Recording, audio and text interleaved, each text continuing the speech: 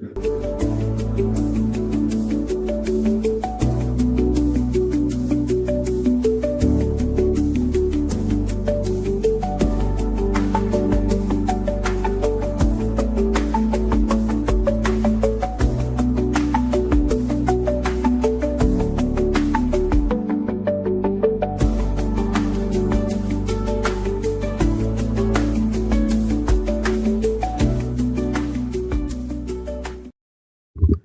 what's going on? My name is China and I am the man them's voice. Let's change a few things for a second. Let's change a few settings. Give me 1 second. Let's change some settings. Let's change some settings for a second. We're gonna talk about a couple things tonight. Big up all the gang and that. We'll deal with big up all the gang and that. It's always a pleasure, never a chore.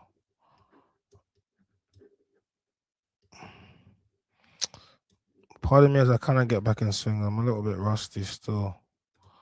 I won't lie to you. I'm a bit rusty, but we're gonna cook back up. I'm a little bit rusty, but we're gonna cook back up. Hit the like button, guys, if you're here new. If this is the first time that you're here, big you up. If it's not, then yo, welcome back. So I'm saying to you, I appreciate everybody. I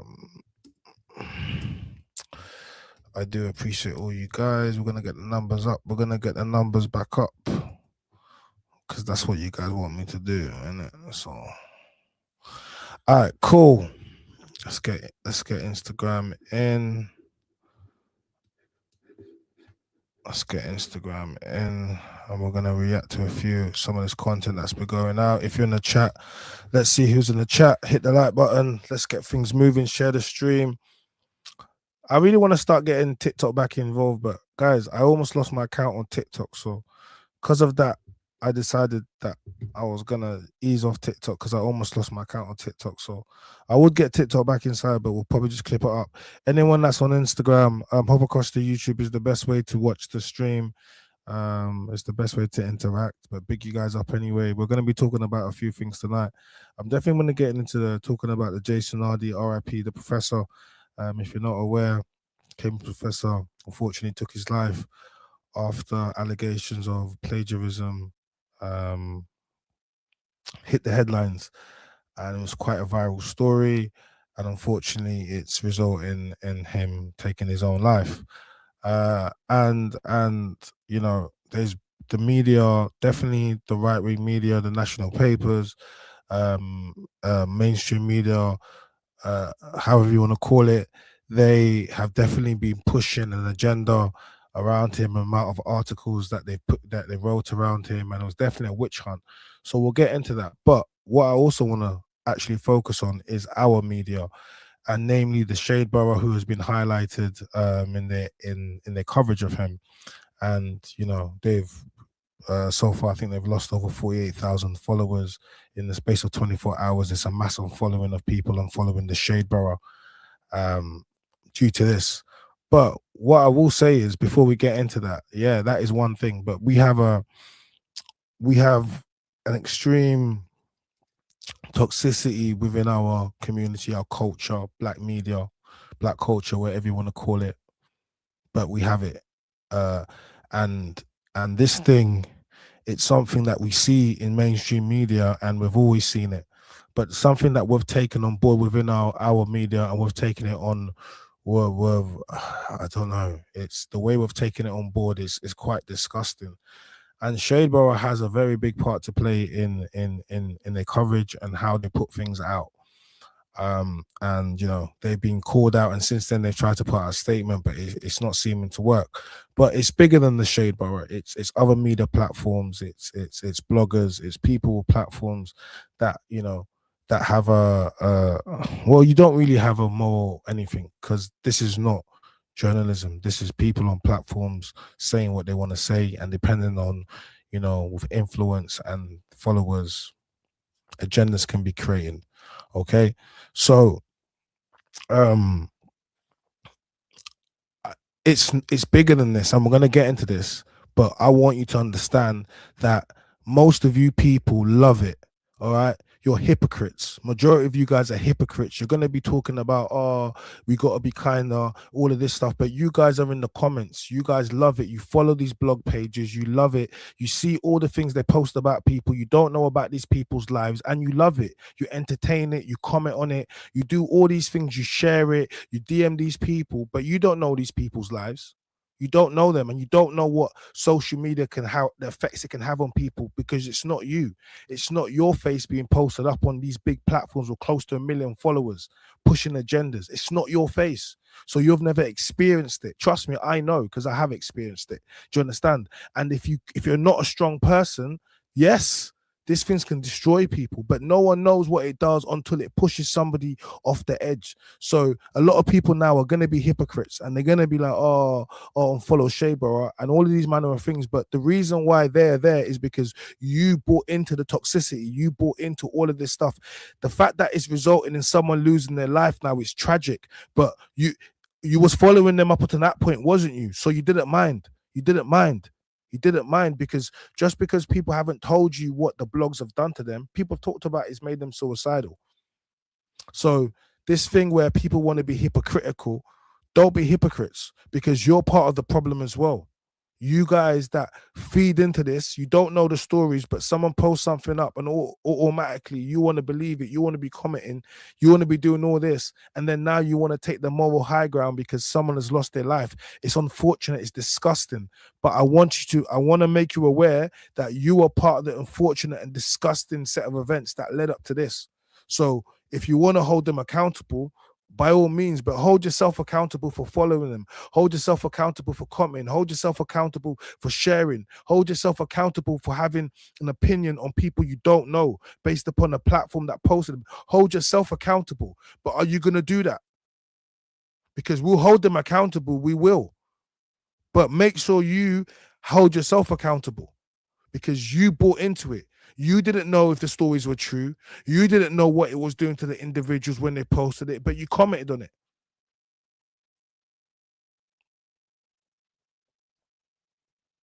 So there's a lot of hypocrisy within the UK. Our black media is the worst. We cancel our own. Let me show you something. Let me show you something. Yeah. Let me show you something. Of course, they're going to treat us worse. They've seen how we treat our own. Of course, they will cancel Kanye West because they watched you cancel him yourself. When Kanye said slavery was an option, yeah, they didn't play the whole thing that he said. He explained about modern slavery, about how we choose to be shackles and slave. But nope, they cut that piece, and then you said Kanye West said that slavery is an option, cancel Kanye.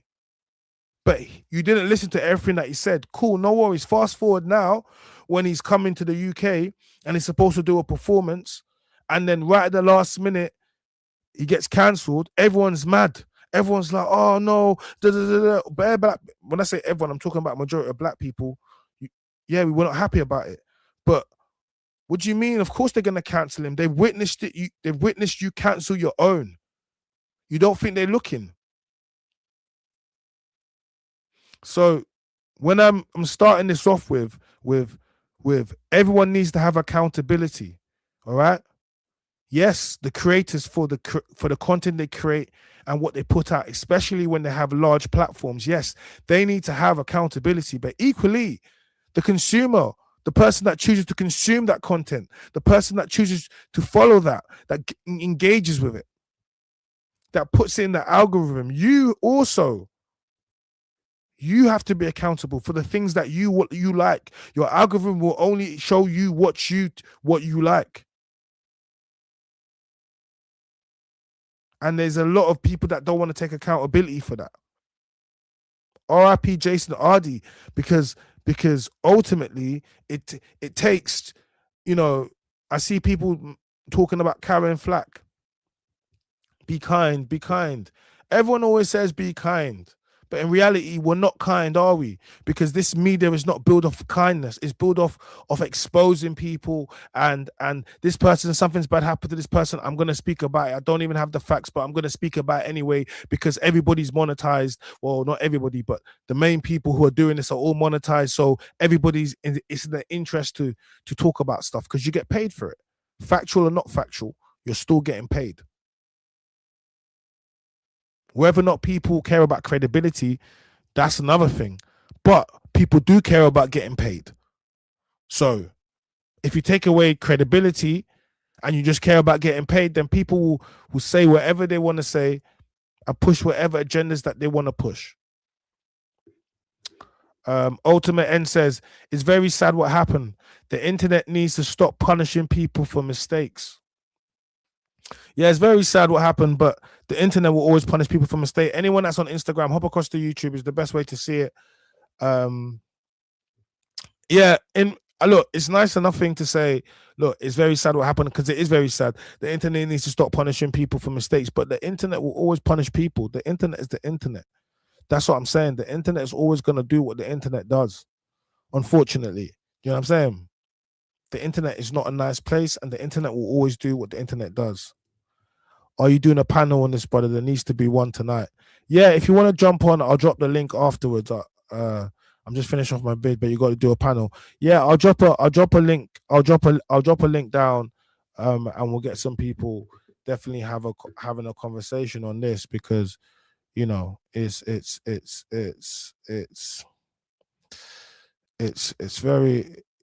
not nice, man. It's definitely not nice because, yeah, man.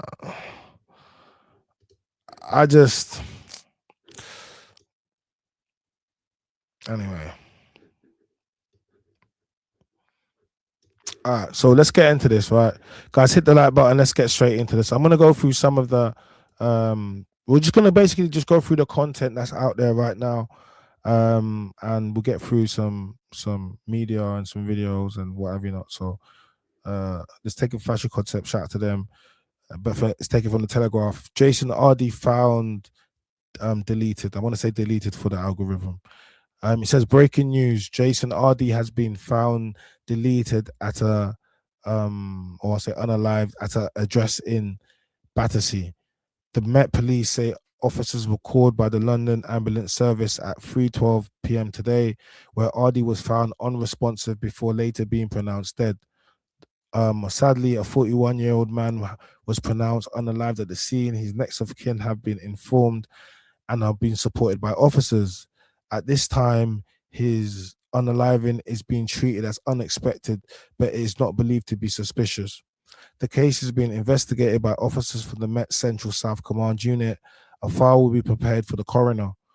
Ardey had resigned from Cambridge weeks earlier amid scrutiny of his academic work and personal claims, including his story of being non-verbal until nearly age 12 and illiterate until 18, which some former schoolmates disputed. His memoir was published in the US the day before his death.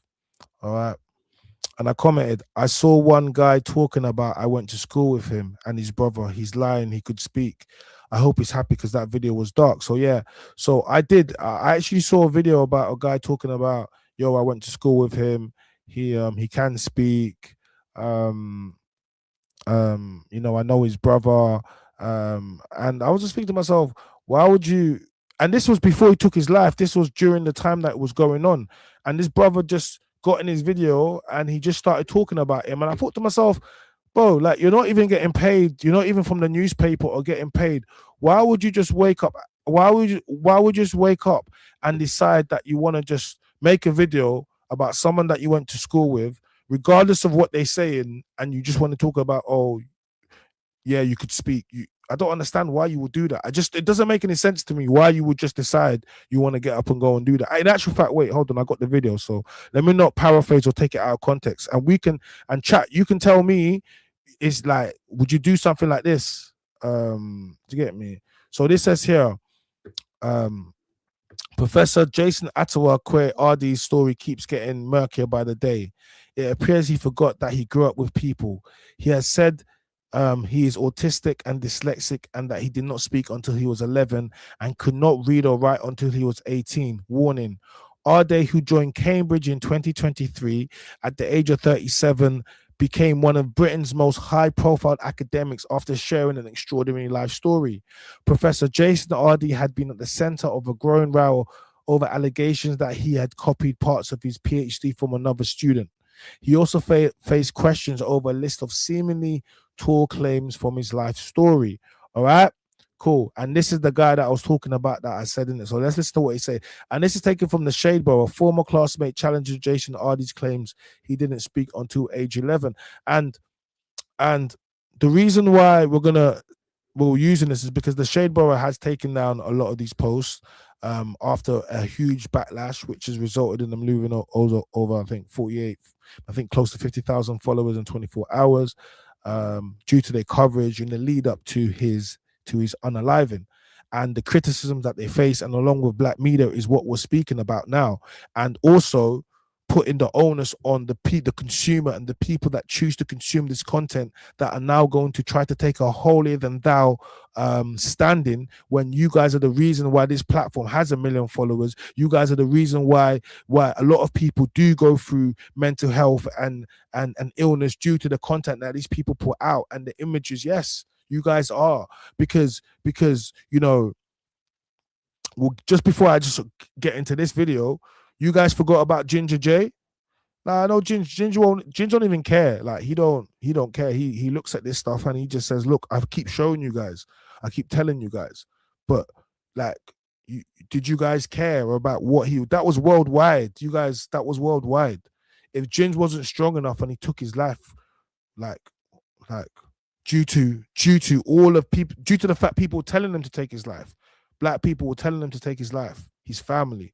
Like, if Ginge, he's spoken about it. So you guys are hypocrites, because you push that, and a weaker man could do that. When you're getting hate from the whole across the world, America, whole across the world, your family's getting it, your mother's getting it, your girlfriend's getting it, every single person's getting it, your friends are getting it. So be careful, because if you're going to take this stand, you're going to take this stand forever. But you're not, are you? Because you're hypocrites. But I'm going to show you you're hypocrites, and I'm going to show you that you contributed to Jason Ardey's unaliving. You guys did. So before you start trying to point fingers at the Shadeborough, make sure you look in the mirror and you look at yourself, and you look at all the platforms that you follow, and you ask yourself, what do these platforms put out? But don't just wake up and start being a hypocrite. But let's look. Why did this guy do this? Why did this guy do this? I don't get this. Why this guy done this? But let's look. Okay, mad. Jason Ardey, you know. Man, he's moving wild. Listen, I knew it was a joke thing, and I knew it was fraud from man said he was a mute. What do you mean, bro? I went to school with you, bro. I was in primary school with you. You and my brethren Nibs, class clowns, chatty patty, all the time, bro. What do you mean you was a mute? Listen, I knew it was a joke thing. You get me? The Ardeys. This is what we used to call them, the Ardeys. Their man used to be like Michael Jackson and that. The mum, the dad, and his brother Joseph. They all had mini afros. The mum, the dad, and his brother Joseph, they all had mini afros. They used to be like Michael Jackson. Now, I don't understand why you would decide to just start giving up this. Like, I don't get it. This is snitching. This is not even, like, you're just giving that information. Clout chasing. The clout chasing is crazy. The crowd, and other people could argue and say, oh, he's just telling his stories, telling them, but I don't get it. It was, nobody asked you. There was no need for it. And then it was amplified by the Shadeborough to further try to destroy this black man. Do you understand? So black media, this is not, we can expect mainstream media, right-wing media to do these things to the black man. We can expect that. They've always done that. Of course they're going to do that. But when we have black-owned media, independent media, yeah, and they follow suit, yeah, we'll hold you accountable. Because the Telegraph and the Daily Mirror and all those different types of places, They have agendas, they're gender based. But when you have platforms that are small and that build themselves into being the epicenter of the UK, and they have a certain social responsibility or cultural responsibility, whether or not they want to think so or not, and they push narratives, now everybody realizes what this actually does when someone isn't as strong. Remember this: not everyone is as strong as each other on this space. And people step into this social media space, and once they do, they have to be willing for all of their dirty laundry to be put out here and for people to talk rubbish about them. And not everyone is strong enough, and you don't know how strong you are until it happens to you. Then all of a sudden, everybody wants to virtue signal, and everybody wants to say, oh, we should have thought about this. No, you should have thought about that from the start. Yes, you should have, of course.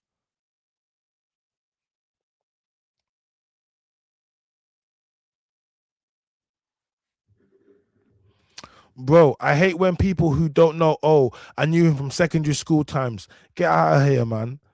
The guy in the video did nothing wrong. People talk. If this guy honestly knew he was lying, then this video is completely justified. This guy would have never known he was about to off himself. But this is the point. Yeah. This was, you have not been, okay. Yes. Dre. Yes, this guy in the video did nothing wrong. People talk. If this guy honestly knew he was lying, then the video is completely justified. This guy would have never known he was about to off himself. Yes, you're right. Yes, that is factual.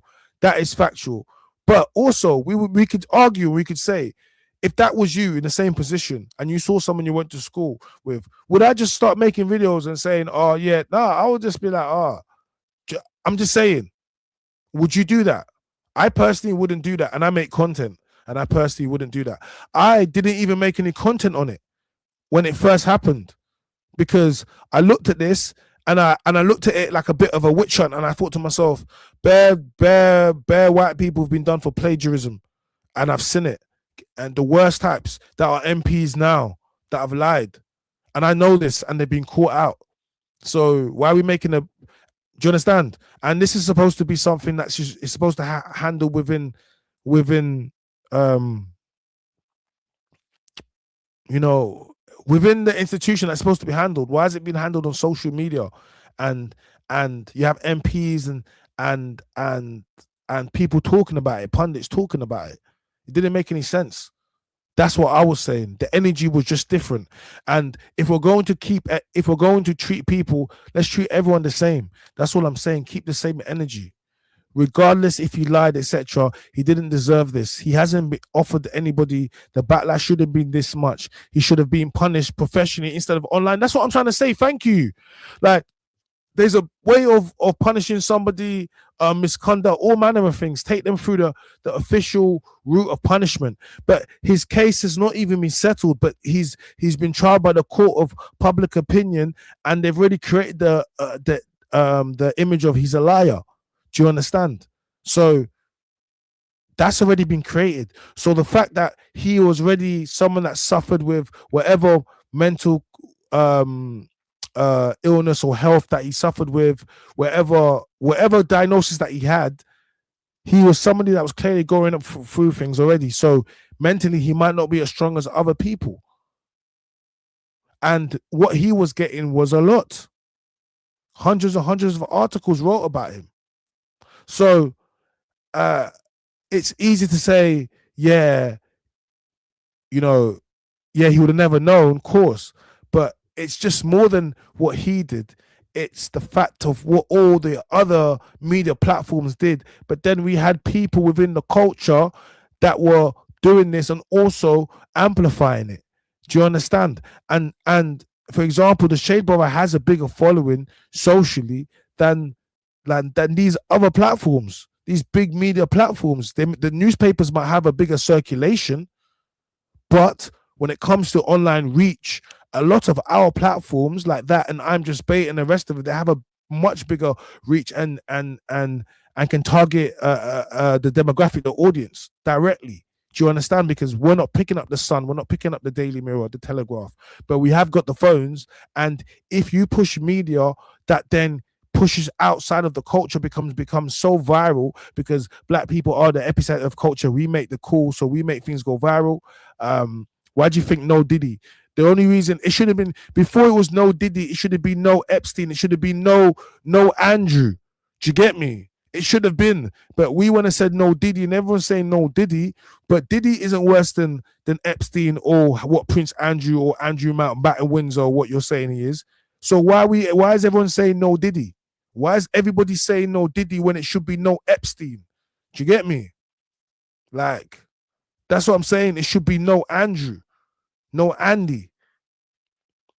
But because we are the epicenter of culture, we say no Diddy, then once we make it cool, then the outside media will get it. Then they'll start using it, and then everyone will get triggered and be like, oh, we don't like how they're trying to say no Diddy, and they're trying to make jokes about Diddy. What are you talking about?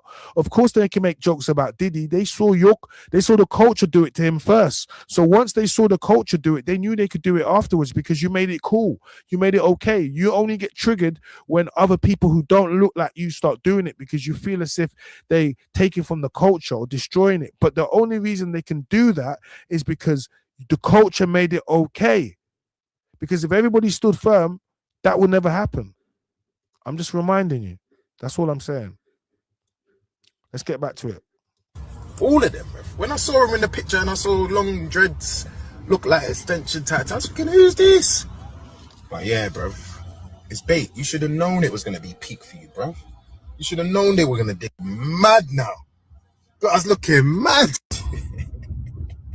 Jason Ardey, you know.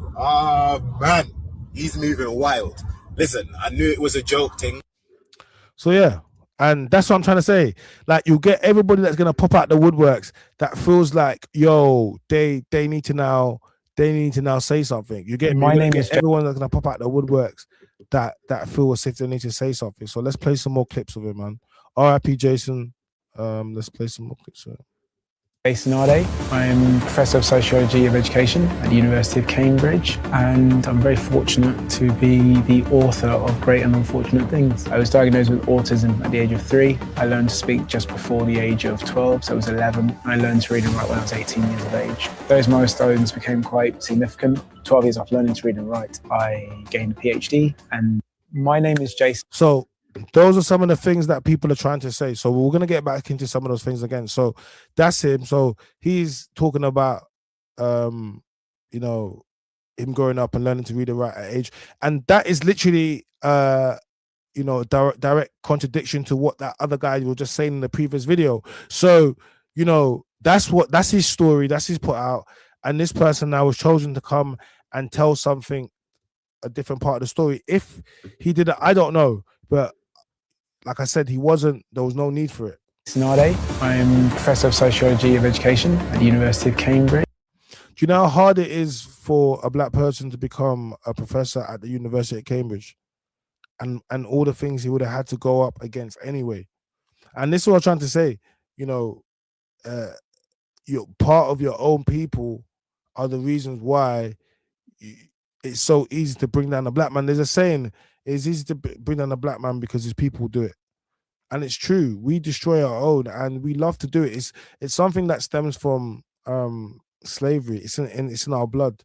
Trust me. That's why a lot of times we say it. People talk about, oh yeah, black people can't work together, black business and all that. And all of these things, it just reminds us that we have real issues within ourselves and with when we see other black people. And we would rather go outside, you know, than work with our people. And I'll be honest with you, I don't blame a lot of black people that do that, because if to love black people is to also know them. And when I say black people, I'm talking about, you know, Africans, Caribbeans, yes, everyone's different. But I'm just saying, to know black people is to understand something. Like truly loving your people will also make you know what makes you a strong people, what makes you such a loving people, and why you love the people. but it will also let you know the flaws of your people. It won't let you look at things one-sided. It will let you look at all the things you love about being black and being part of the culture and being African and Caribbean and being diaspora and all of these things. But it equally will make you look at the flaws and the problems within the community.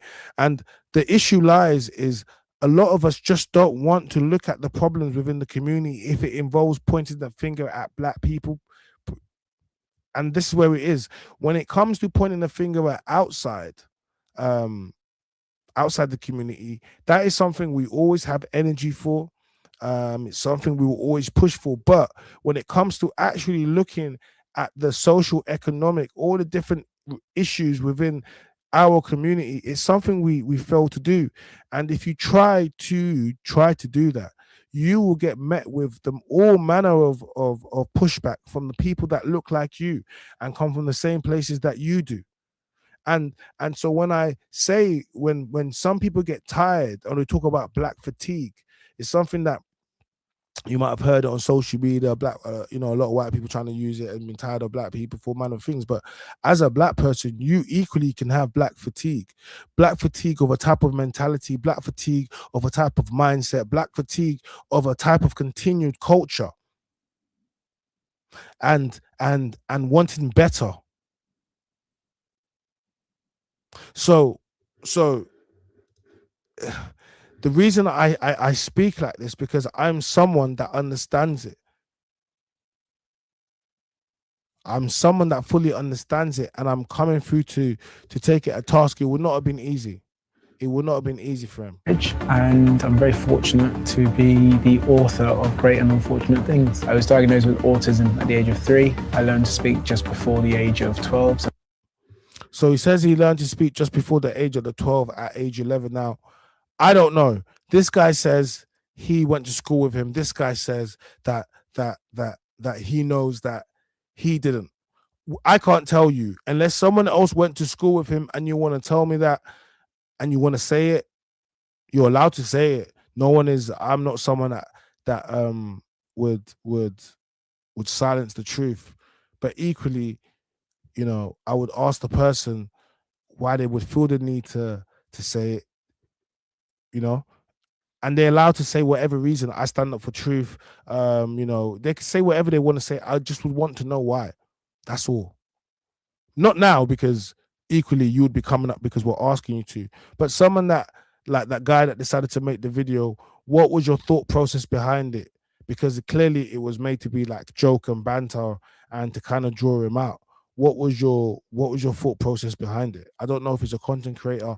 I don't know. But I would just ask him, what is your thought process behind it? I was 11. I learned to read and write when I was 18 years of age. Those milestones became quite significant. 12 years after learning to read and write, I gained a PhD. Like, to get a PhD, like, my father has 2, so it's very serious. Big up my pops. But he gained a PhD, at 18, learned to read and write. So this is a huge story. And if it is not true, then I suppose people would pop out and say holes from his story. I suppose they would, if it's not true. You know what I mean? So the guy did say you should have known people would have came out. If that's the case, then yeah, you should have known people would have come out, because if you become that successful, and you guys got to remember, people envy success, and there's probably some people you went to school with now, life is not doing so well, and then if they saw you pop up and then you're making all claims, yeah, these are the types of people that would decide that they would want to, make videos and get their little 5 minutes of clout and get posted on the Shadeborough. So, bit of advice. And my name is. So yeah, that's a bit of advice. So guys, so we're just getting to know his story. For anyone, for anyone that didn't know his story, we're just kind of figuring it out. But there was definitely a huge witch hunt around his name. I want to put up some more videos. I like to. Now, this woman, yeah, is such a pagan. What's her name? Nana Aqua from GB News. She blocked me still, but like, she is the token. I'm sorry, Aqua. I think she's Ghanaian, but she is just the token. Like, I believe in free speech, and you can be whatever, like you can vote for any party. I'm full believing that. So I'm not saying that, oh, if you vote reform or if you vote anything as a black person, that means you're lost. I'm not one of those people, because I believe we're allowed to vote however we want, and people vote in their interest based upon whatever. But this woman here, I just, when someone speaks and they feel as if they're gonna, you'll be the first person they would kick out.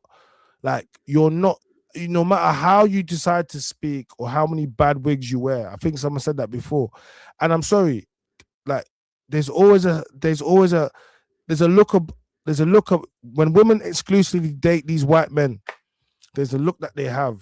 The wigs always, there's a type of wig that they wear, and there's a type of makeup that they look. Trust me, black women know this. If she dates white men exclusively, there's gonna be her wig's gonna look a type of way, and her makeup's gonna be a type of way. This woman, the way she speaks about black people, about immigrants, the way she speaks, it's almost comical, because no matter what you say or how you say it, yeah, the demographic of audience that tune into the platform that you're on, primarily,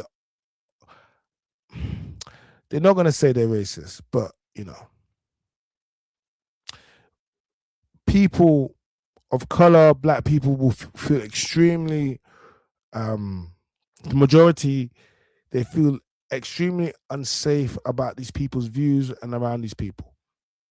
So no matter what you try to present yourself, or how you try to present yourself, or how you try to speak, the majority of people that listen to you, that tune into your platform that you're on,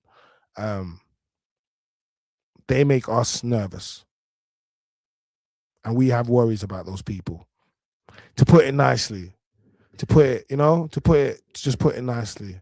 But let's listen to what she has to say about him. Call this one the Nutty Professor, when wokery backfires. It's hilarious. The board of electors on your interview day were absolutely unanimous. We are so lucky to have you. Really? I'm talking, of course, about Professor Jason Ardey, the youngest black person ever appointed to a professorship at the University of Cambridge.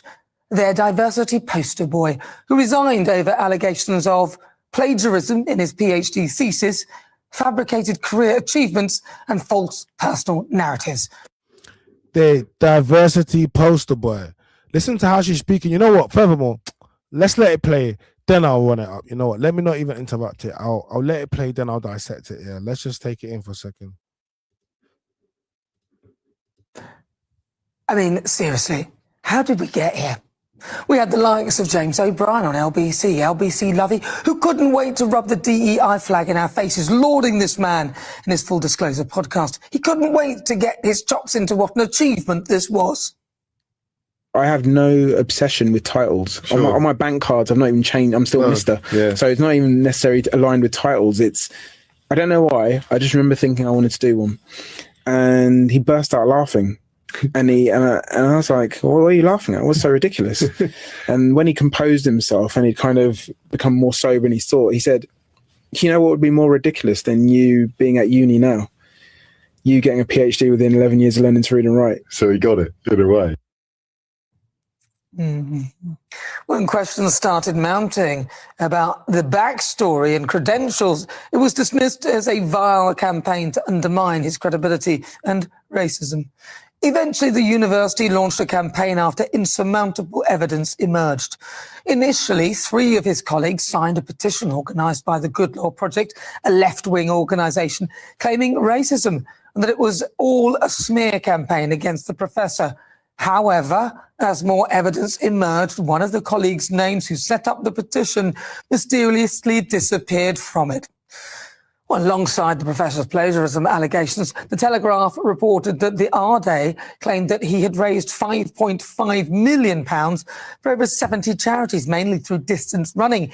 He claimed to have run 30 marathons in 35 days, 9 of those with a broken leg. Wow, really?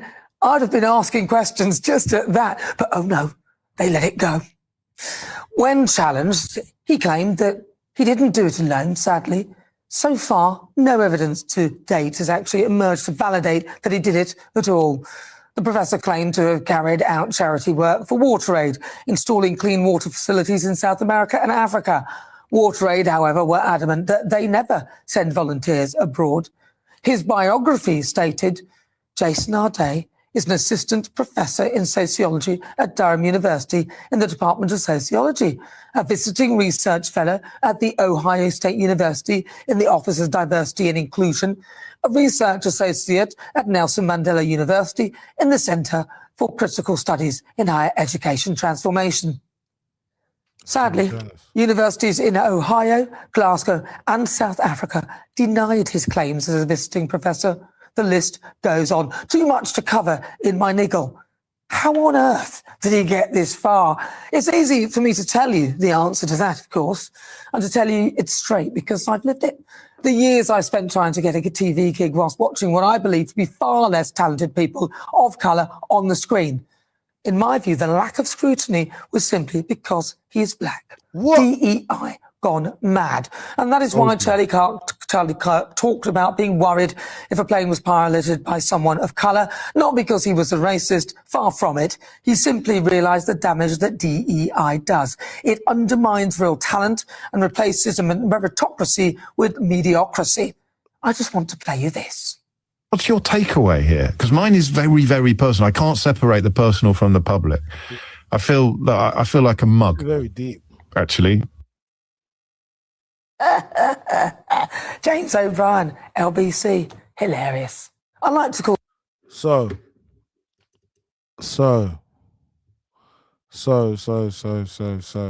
Okay.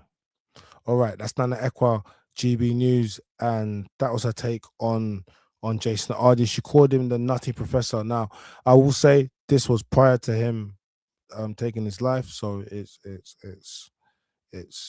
not. This was not a video after he took his life. This was prior, but this is what I was talking about. GB News has a very big platform, and they were covering it. So let's get back through that and let's look at some of the things she was saying. Call this one the nutty professor when wokery backfires. The nutty professor, yeah. When wokery backfires, so straight away she's taking fun at him, calling him the nutty professor, and saying this is when wokery backfires. All right. So this is already, so she started within it, yeah. The nutty professor when wokery backfires. So that's how she started it, yeah. It's this banter. It's hilarious. The board of electors on your interview day were absolutely unanimous. We are so lucky to have you. Really? I'm talking, of course, about Professor Jason Ardey, the youngest black person ever appointed to a professorship at the University of Cambridge. Their diversity poster boy, who resigned. Their diversity poster boy. Now, yes, yeah, exactly. Wow. The diversity poster boy.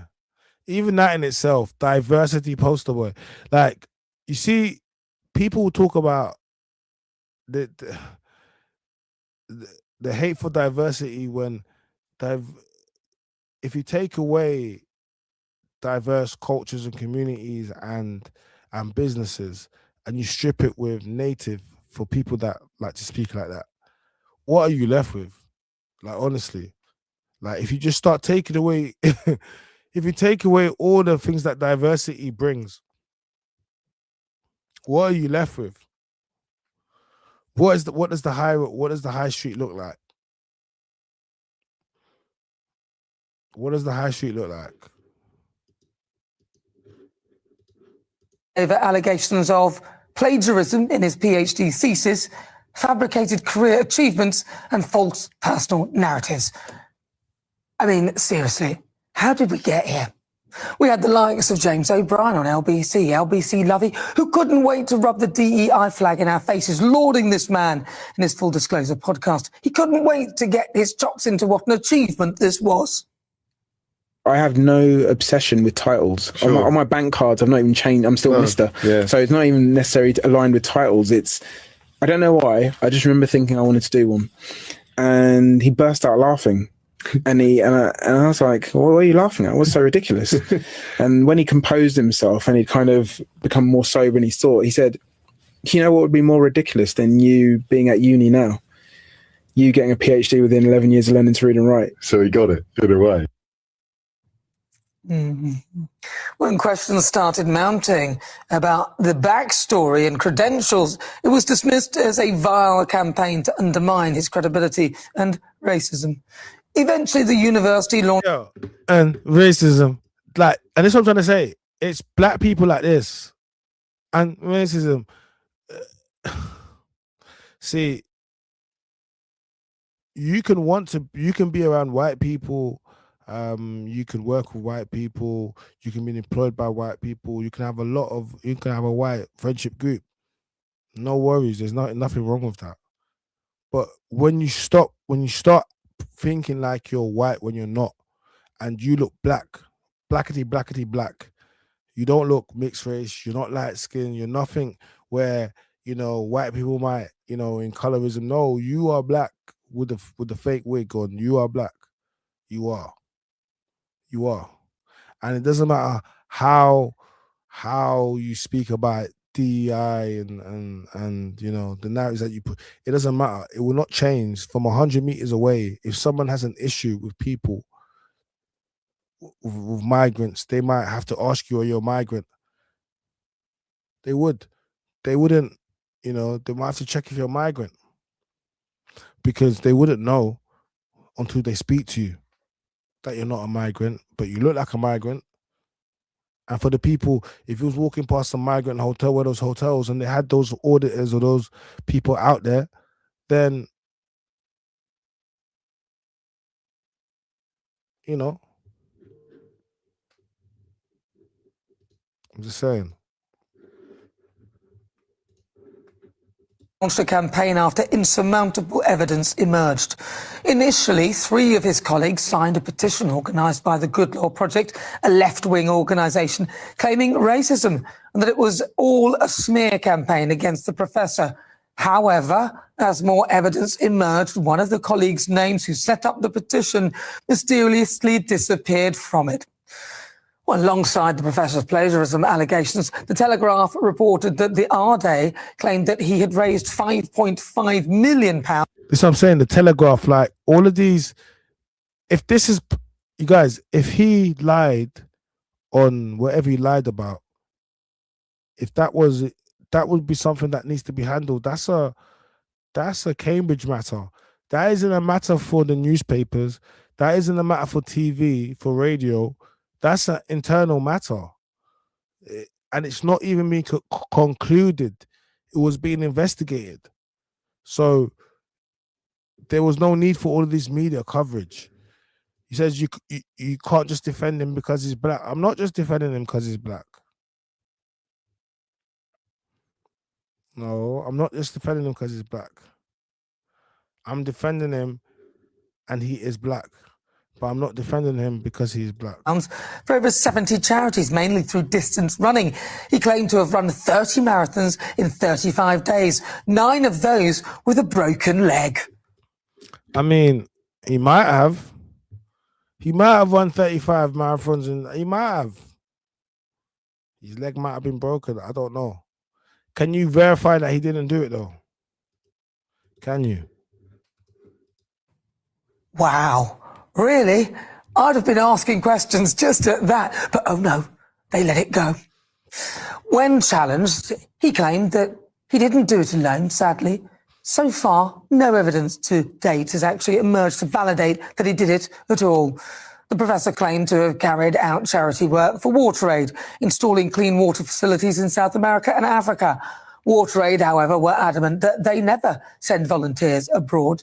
His biography stated, Jason Ardey is an assistant professor in sociology at Durham University in the Department of Sociology, a visiting research fellow at the Ohio State University in the Office of Diversity and Inclusion, a research associate at Nelson Mandela University in the Center for Critical Studies in Higher Education Transformation. Sadly, Universities in Ohio, Glasgow and South Africa denied his claims as a visiting professor. The list goes on. Too much. Like, look, guys, I don't know. Yeah, why is everyone hating on him? That's what I'm saying. But you're saying no one's hating on him.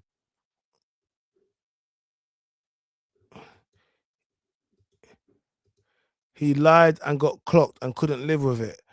Nah, I think it's quite easy to just say, oh, he lied, and because he lied, that's he couldn't live with it. I don't think that was the case.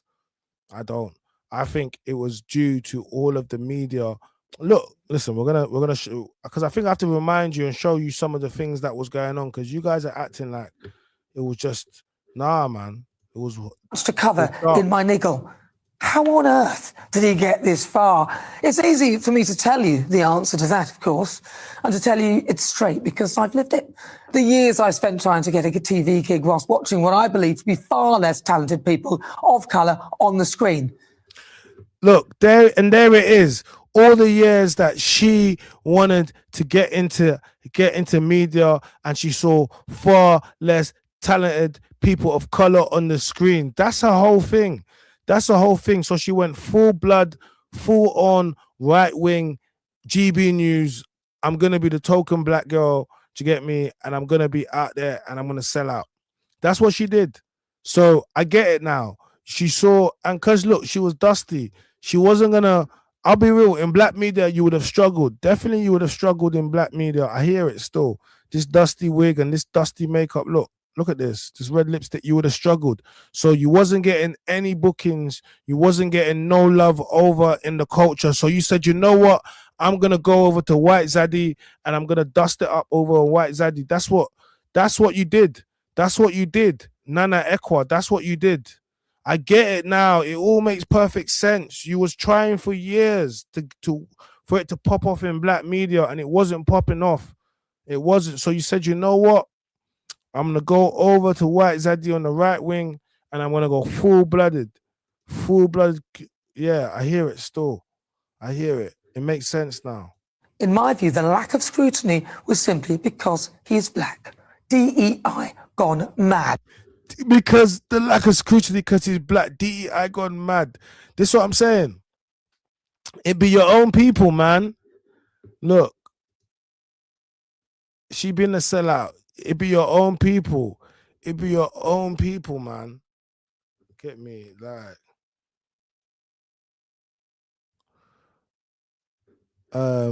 Let's read this. Big up Dems. Jason was used as a sacrificial lamb to prevent other black people to become Cambridge professors. This demonstrates black people don't belong in prestigious circles. Thank you. At least someone is thinking with their brains. You guys are just, some of you guys, man, you're not thinking with your brains. This is deeper than Jason Ardey. Like, some of you guys are not thinking with your brains. You're not. I'm sorry. You might not like what I'm saying tonight, but it is what it is. You can't win them all, can you?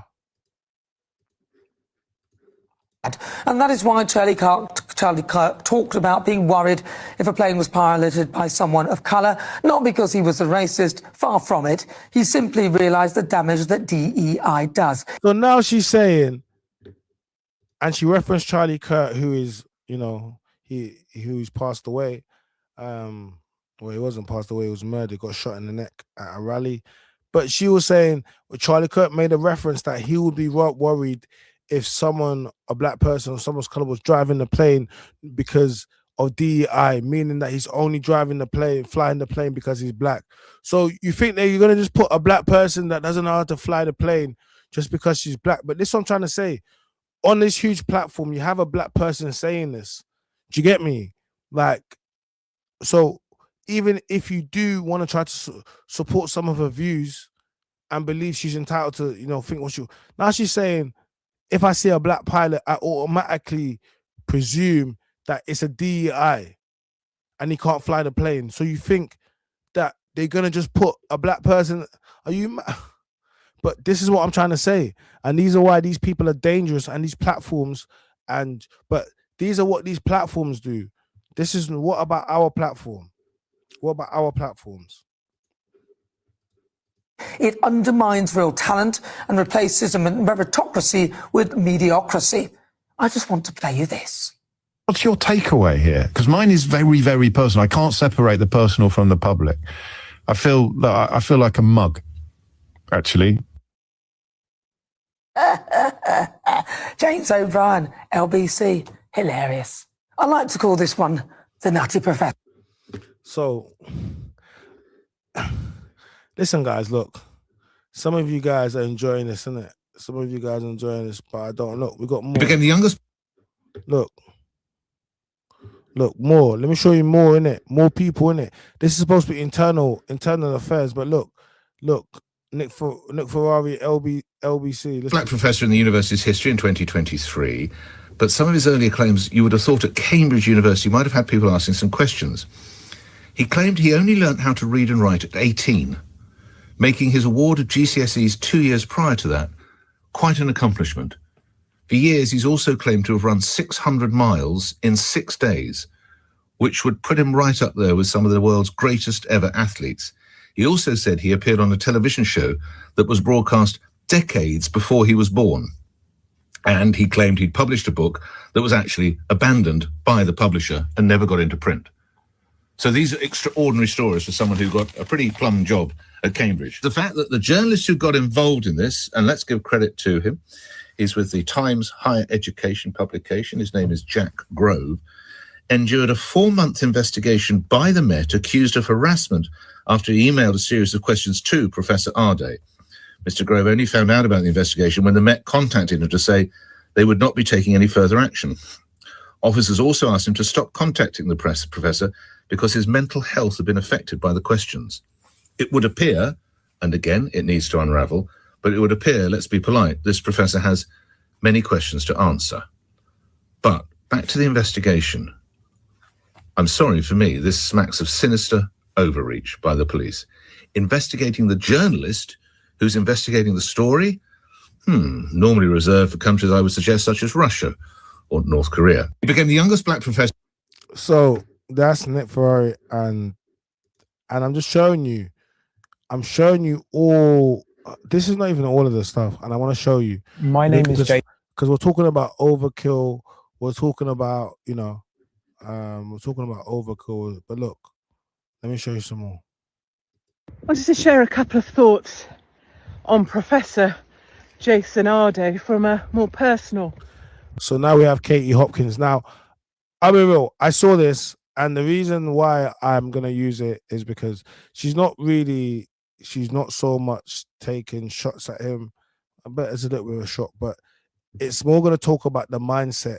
And if you look at some of the things that she's gone through from the media, do you get me? So if we're gonna talk about this thing about the media, we're all part of it. Do you understand? Close proximity to closeness will make you have an affliction or affection towards certain people's plights or stories based on it. You guys don't give a damn about Katie Hopkins, but there are a lot of people that do, and she's been through a lot. So equally, if it's about being kind and it's about media and about people, then it goes across the board, but it's not though, is it?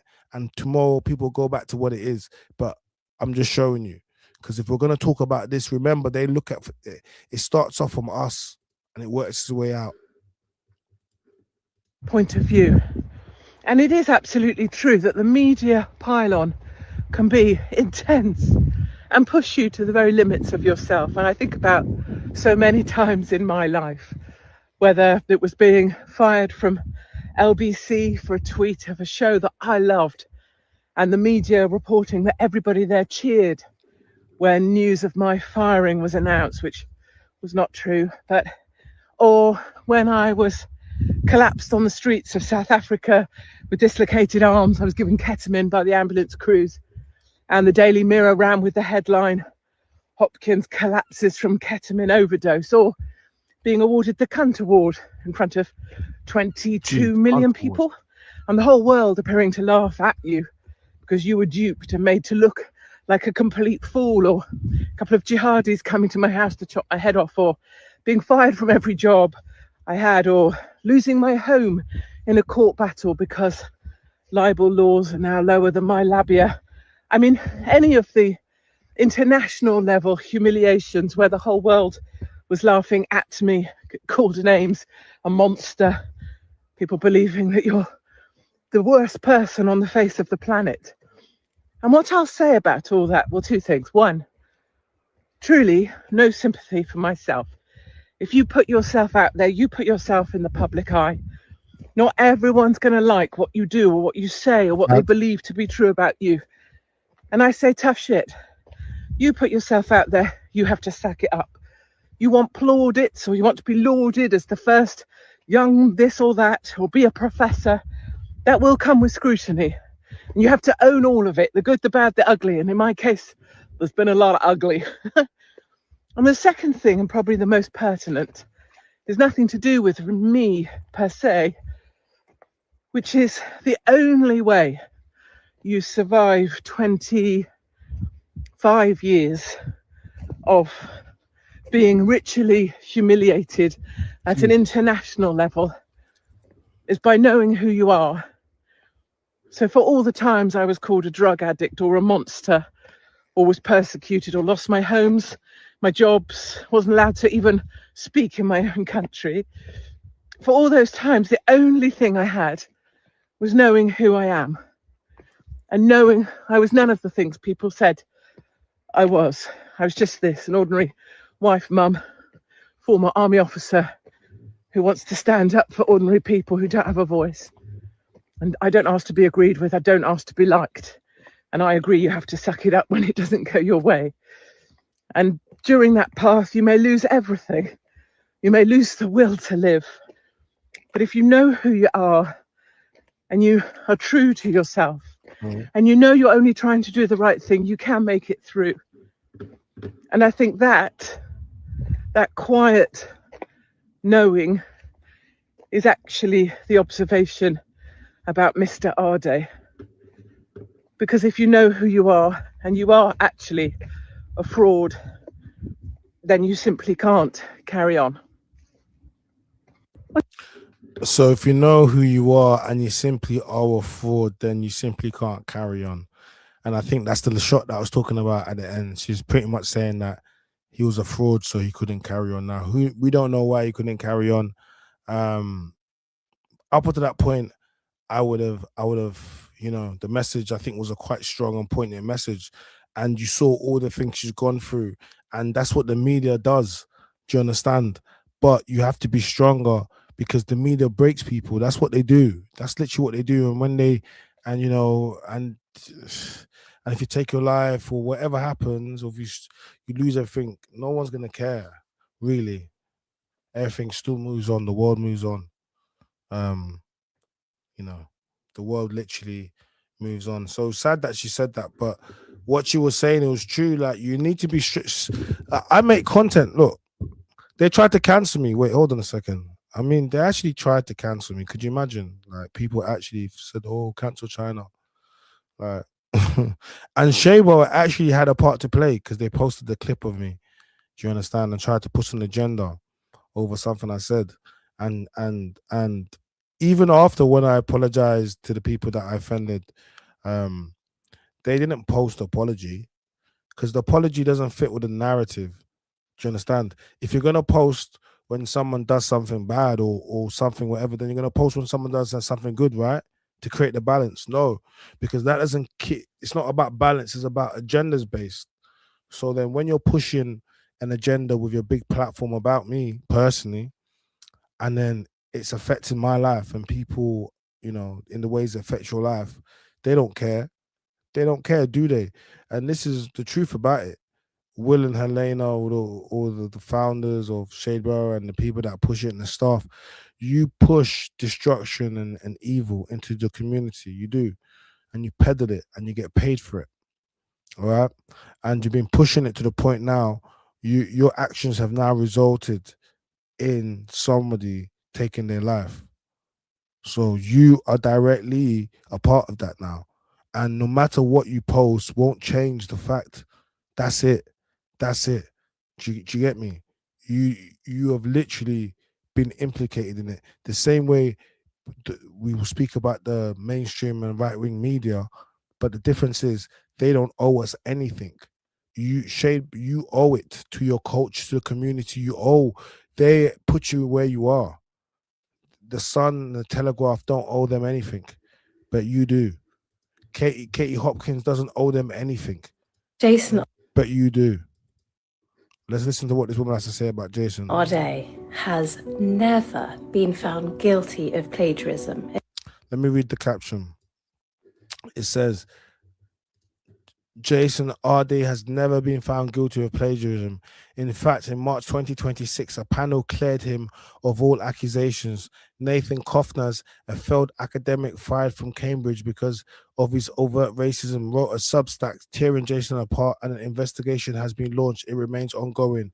Meanwhile, white professors and prominent figures proven to have plagiarized are never mentioned in the media and quietly continue in their posts or even get promoted. See Joe Biden.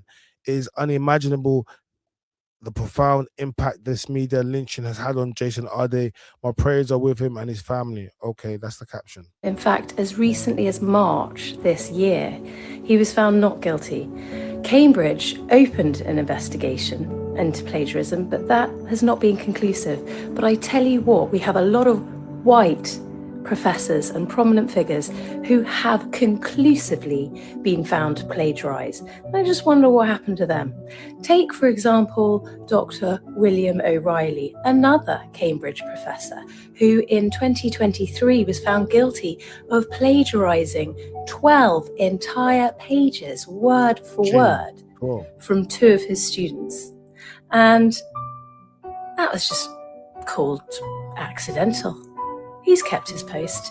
He's still a professor at Cambridge. Or Professor Kevin Cruz from Princeton University, who it was an honest mistake, wasn't it, when he copied entire passages? So he too kept his job.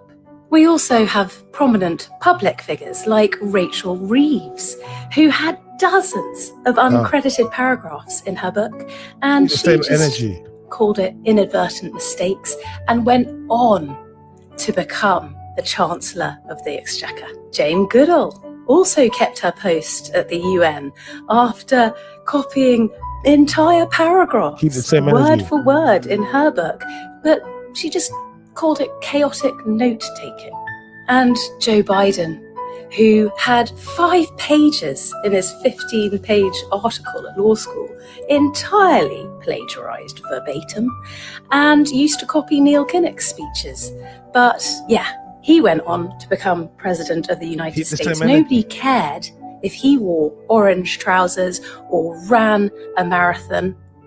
The hounding by the media has been disproportionate and unprecedented. None of this has anything to do with the accusations. It has to do with the media and some incredibly jealous, failed academics like Nathan Kofnas, who are hell-bent on destroying brilliance merely because of the colour of someone's skin. Jason Ardey. And, we have to remind people, she just told you there straight away. So all these narratives, yes, Shadeborough is man toxic, all these narratives that people are painting is he hasn't been convicted of anything. Do you understand? So, but the narrative has been painted, has been created already. The narrative has been painted, the narrative has been created. Do you understand? And that's the sad part, because the narrative has already been created. So there's not. Let's play Nader Soali. Many of us here that haven't been absolutely distraught over the last few days after Jason Ardey took his life.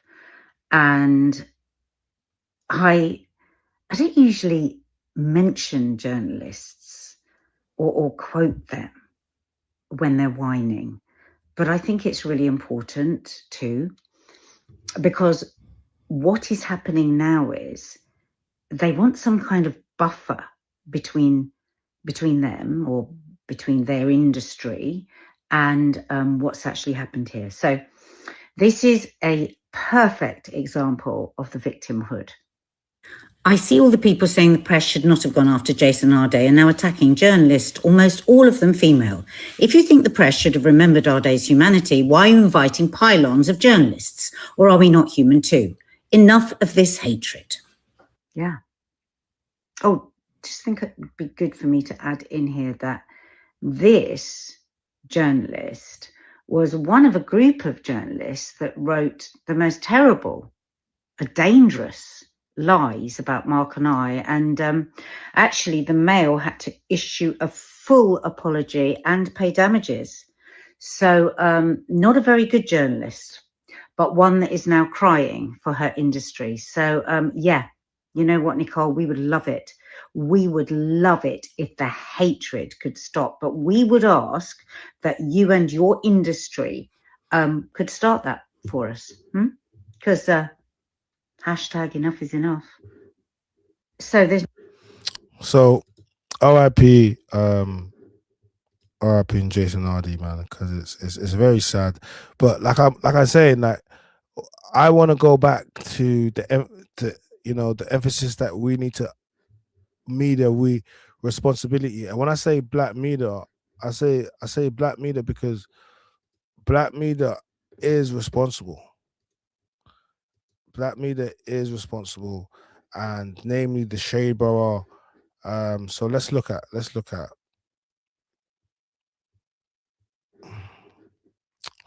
okay, because they were covering them quite a lot. Let's see. Oh, they still got the videos up there. Look.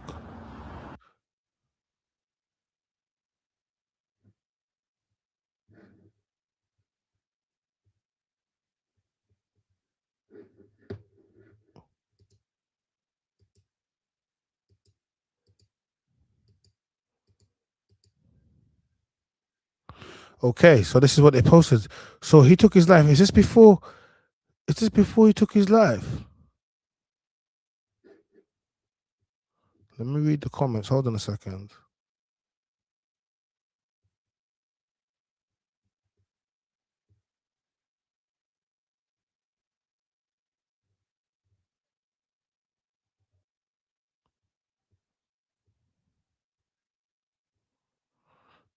Yeah, okay, so this is before he took his life. Okay, so let's look at this.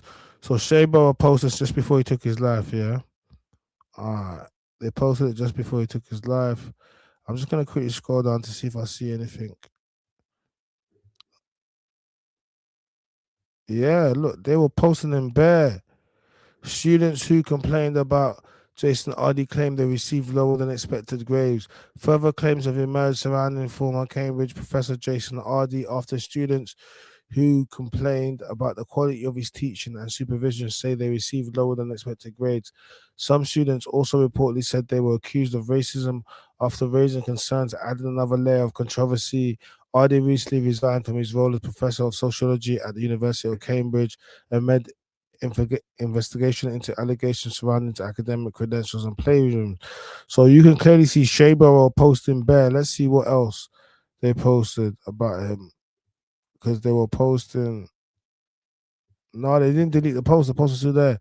Cambridge professor Jason Ardey resigns and accusations of plagiarism. More Shadeborough. How many posts? Jason Ardey has resigned from his role as professor of sociology at the University of Cambridge after the university announced further investigations and allegations regarding plagiarism and his academic credentials. In his residential statement, Ardey said the ongoing accusations and public scrutiny had deeply affected both him and his family, clearly because he took his own life, describing his appointment at Cambridge as the greatest achievement of his career. Although the university initially defended him against criticism, increasing concerns over his qualifications ultimately led to renewed investigation and raised concerns about the institution's reputation. He's mixed. Okay, so he was guilty as fuck. They're laughing out loud. He's autistic, so he might be resigning because the situation is overwhelming. Thank you. Whatever they said he did that shit. Look, people forget their comments. I don't believe the accusations. I believe he's been targeted. He's guilty of plagiarism, Babatunde. The way they are dragging this good name through mud, I would have resigned too. Nobody would have taken me serious. They hate to see us win. Something not right. So there was a lot of people in the culture that were cracking jokes. Look, 9,000 likes. They were basically cracking bare jokes. So, like I said, you're gonna if you're gonna call out the Shadeborough, then some of you guys were in the comments doing the most. And all we got to do is go back and show you your hypocrisy. Do you get me? See what I'm saying? We'll show you hypocrisy. So I'll just scrolling down because there's quite a few videos on them. I think that's everything now. Right. Let's go back up. Wait, let's go back up.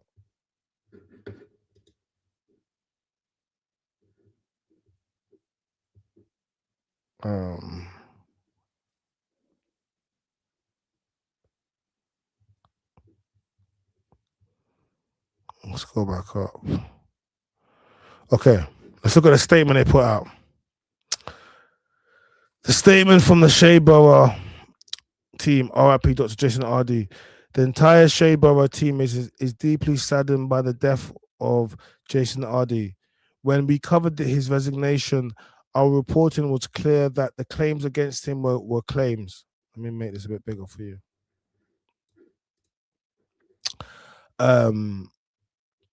The entire Shadeborough team is deeply saddened by the death of Jason Ardey. When we covered his resignation, our reporting was clear that the claims against him were claims, not verdicts, while also asking hard questions of Cambridge and what the university had or hadn't checked in our newsletter. This week, an image of Dr. Ardey was used as the cover of the Sunday's newsletter.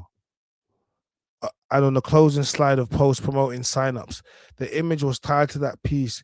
There were no malicious intent behind the choice of image or the wording used with it. On Monday, after hearing from residents in the comments, we stopped using it.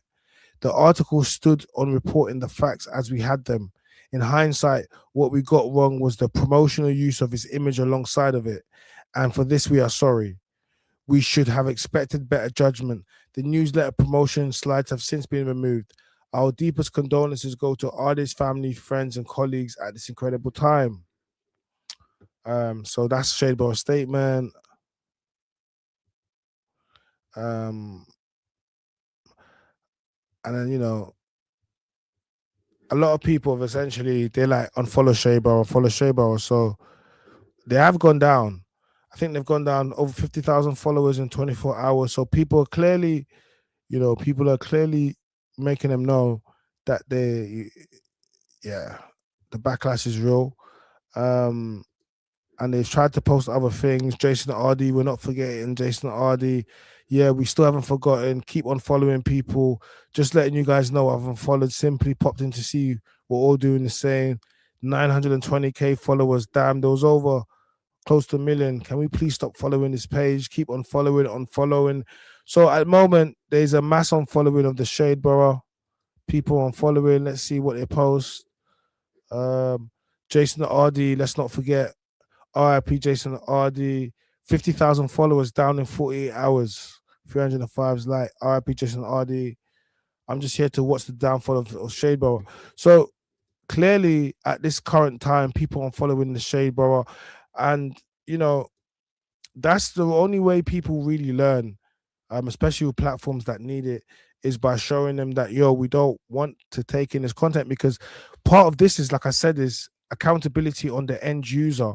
You guys consume the content, you view it, you give the energy, the algorithm, the analytics, which ultimately gets them paid from advertisers. So the more you watching it, the more you comment. And even when you're commenting, to be honest with you, even when you're commenting, it doesn't change the fact that you're boosting the analytics, the engagement. When the advertisers come to look at the engagement, they don't care whether or not 50,000 people commented that they hate them. They just know 50,000 people were willing to comment. And that's engagement, and that can work with advertisements. So the only true way you can show people you don't care is by completely tuning out from them and not giving them any time at all. That's the true way. Do you get me? Like, that's really how you do it. You just turn off and people are dead to you. Do you get me? That's what you do. It's not just the Shadeborough, Abs and Preach, and even some Jamaican woman on YouTube. Sometimes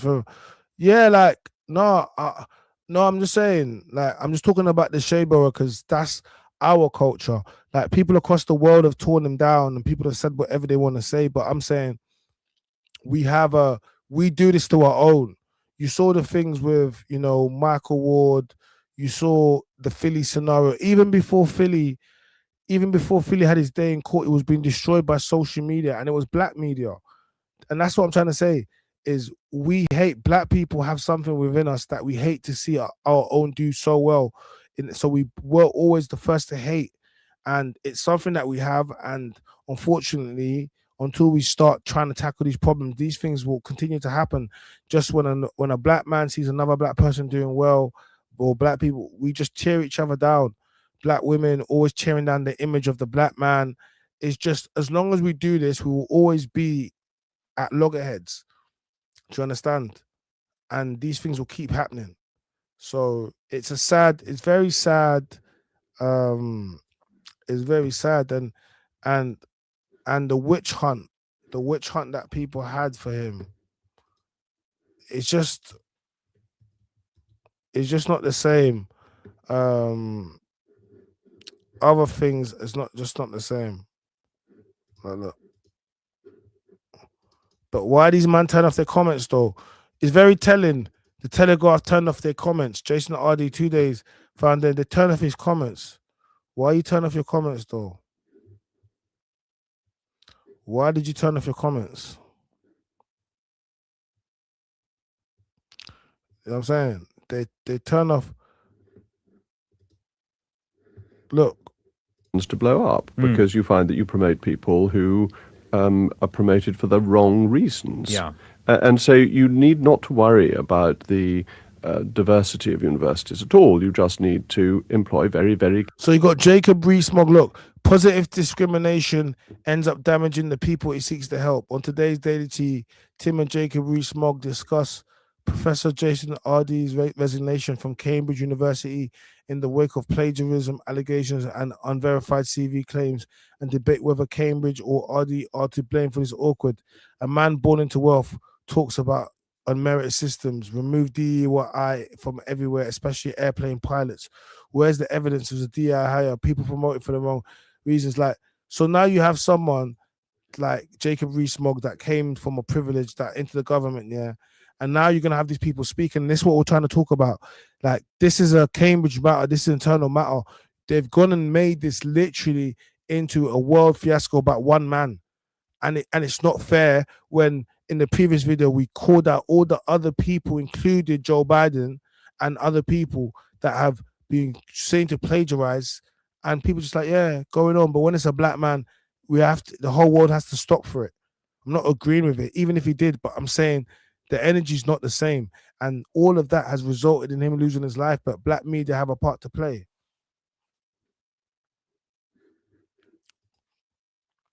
China, come on now. Weren't you on a show called Toxic? Come on, brother. We all partake in the summer. Yeah, what's me being on a show called Toxic got to do with this? What's your trailer thinking? I don't see the correlation in me being in a show called Toxic. I don't see how does that? I don't get it. I don't get it. Clever people, and the same should apply to the entrance system. It should be done on academic merit and should be colour and sex blind. Yeah, and when something like our day happens, it's very unfair upon people from minority backgrounds who have made it in the system, because it causes people to doubt their qualifications. This is absolutely right, and I think it's one of the real evils of positive discrimination is that it makes people assume that anybody who is a woman or is from an ethnic minority has got their not on merit but for other reasons, and that in most cases is going to be wrong, and therefore positive discrimination ends up damaging the people it seeks to help. This is where positive discrimination tends to blow up, because you find that you promote people who are promoted for... What I'm saying is we celebrate dysfunction somehow, but no, it's not. You can't compare. What? No, it's not the same comparison. Like, that's definitely not the same comparison in the slightest. Like, it's not any comparison in the slightest. I hear it, but then again, I don't hear it. See what I'm saying? Respectfully, I hear it, but I don't hear it. I hear it, but I don't hear it. Know what I'm saying?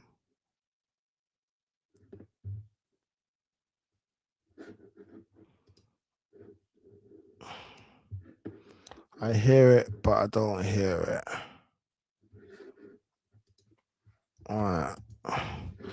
Okay. All right. I don't know what's going on, so we're gonna get into this. Shout out to my boy Kidd. Shout out to my boy Chinx. I want to get into this because part of the media, whole thing of black media and the toxic space, Kidd N Chinx have split up. Or I know when you say split up, it's like, damn, someone's gonna be like, pause, but they're not working together no more. They're going their separate ways, and that's one thing. But it's been a little bit. I don't know, man. They've been having a lot. They've been they've been talking a lot. Or I would say Kidd has been talking a lot. Chinx hasn't really said anything to me. And it's mad because I spoke to Chinx and he said to me, yo, because I told him I'm coming back to streaming. I haven't been streaming. I need to get back to streaming. I'm gonna get back to streaming. And he was like, I'm gonna be focusing on just me streaming on my own platform. I'm not really, and he's been more focused on that. And I was like, cool. And the next minute I see that Kidd N Chinx had split up. And I saw Kidd, he's now doing Kidd and Co. He's there with Wes and they're filming. So, but there was a lot of stuff that was getting spoken about other things, other people's platforms. But I know Kidd has now gone on to No Behavior, and he's gone to go and tell them what's happened. And he's actually been talking about it on a few different podcasts. So what I'm gonna do is, because he's done that, I'm gonna play it. I'm going to find out exactly what he's saying, the whole reason what he's gone into. Then I'm going to look at some of the videos that people have put out, some other reactions. But it's kind of, I don't know, man. It's kind of, there's people have had their own theories about it. I've seen Pinky Notes having his own theories about it. But the fact remains, Kidd N Chinx have gone their separate ways. It's Kidd and Co now.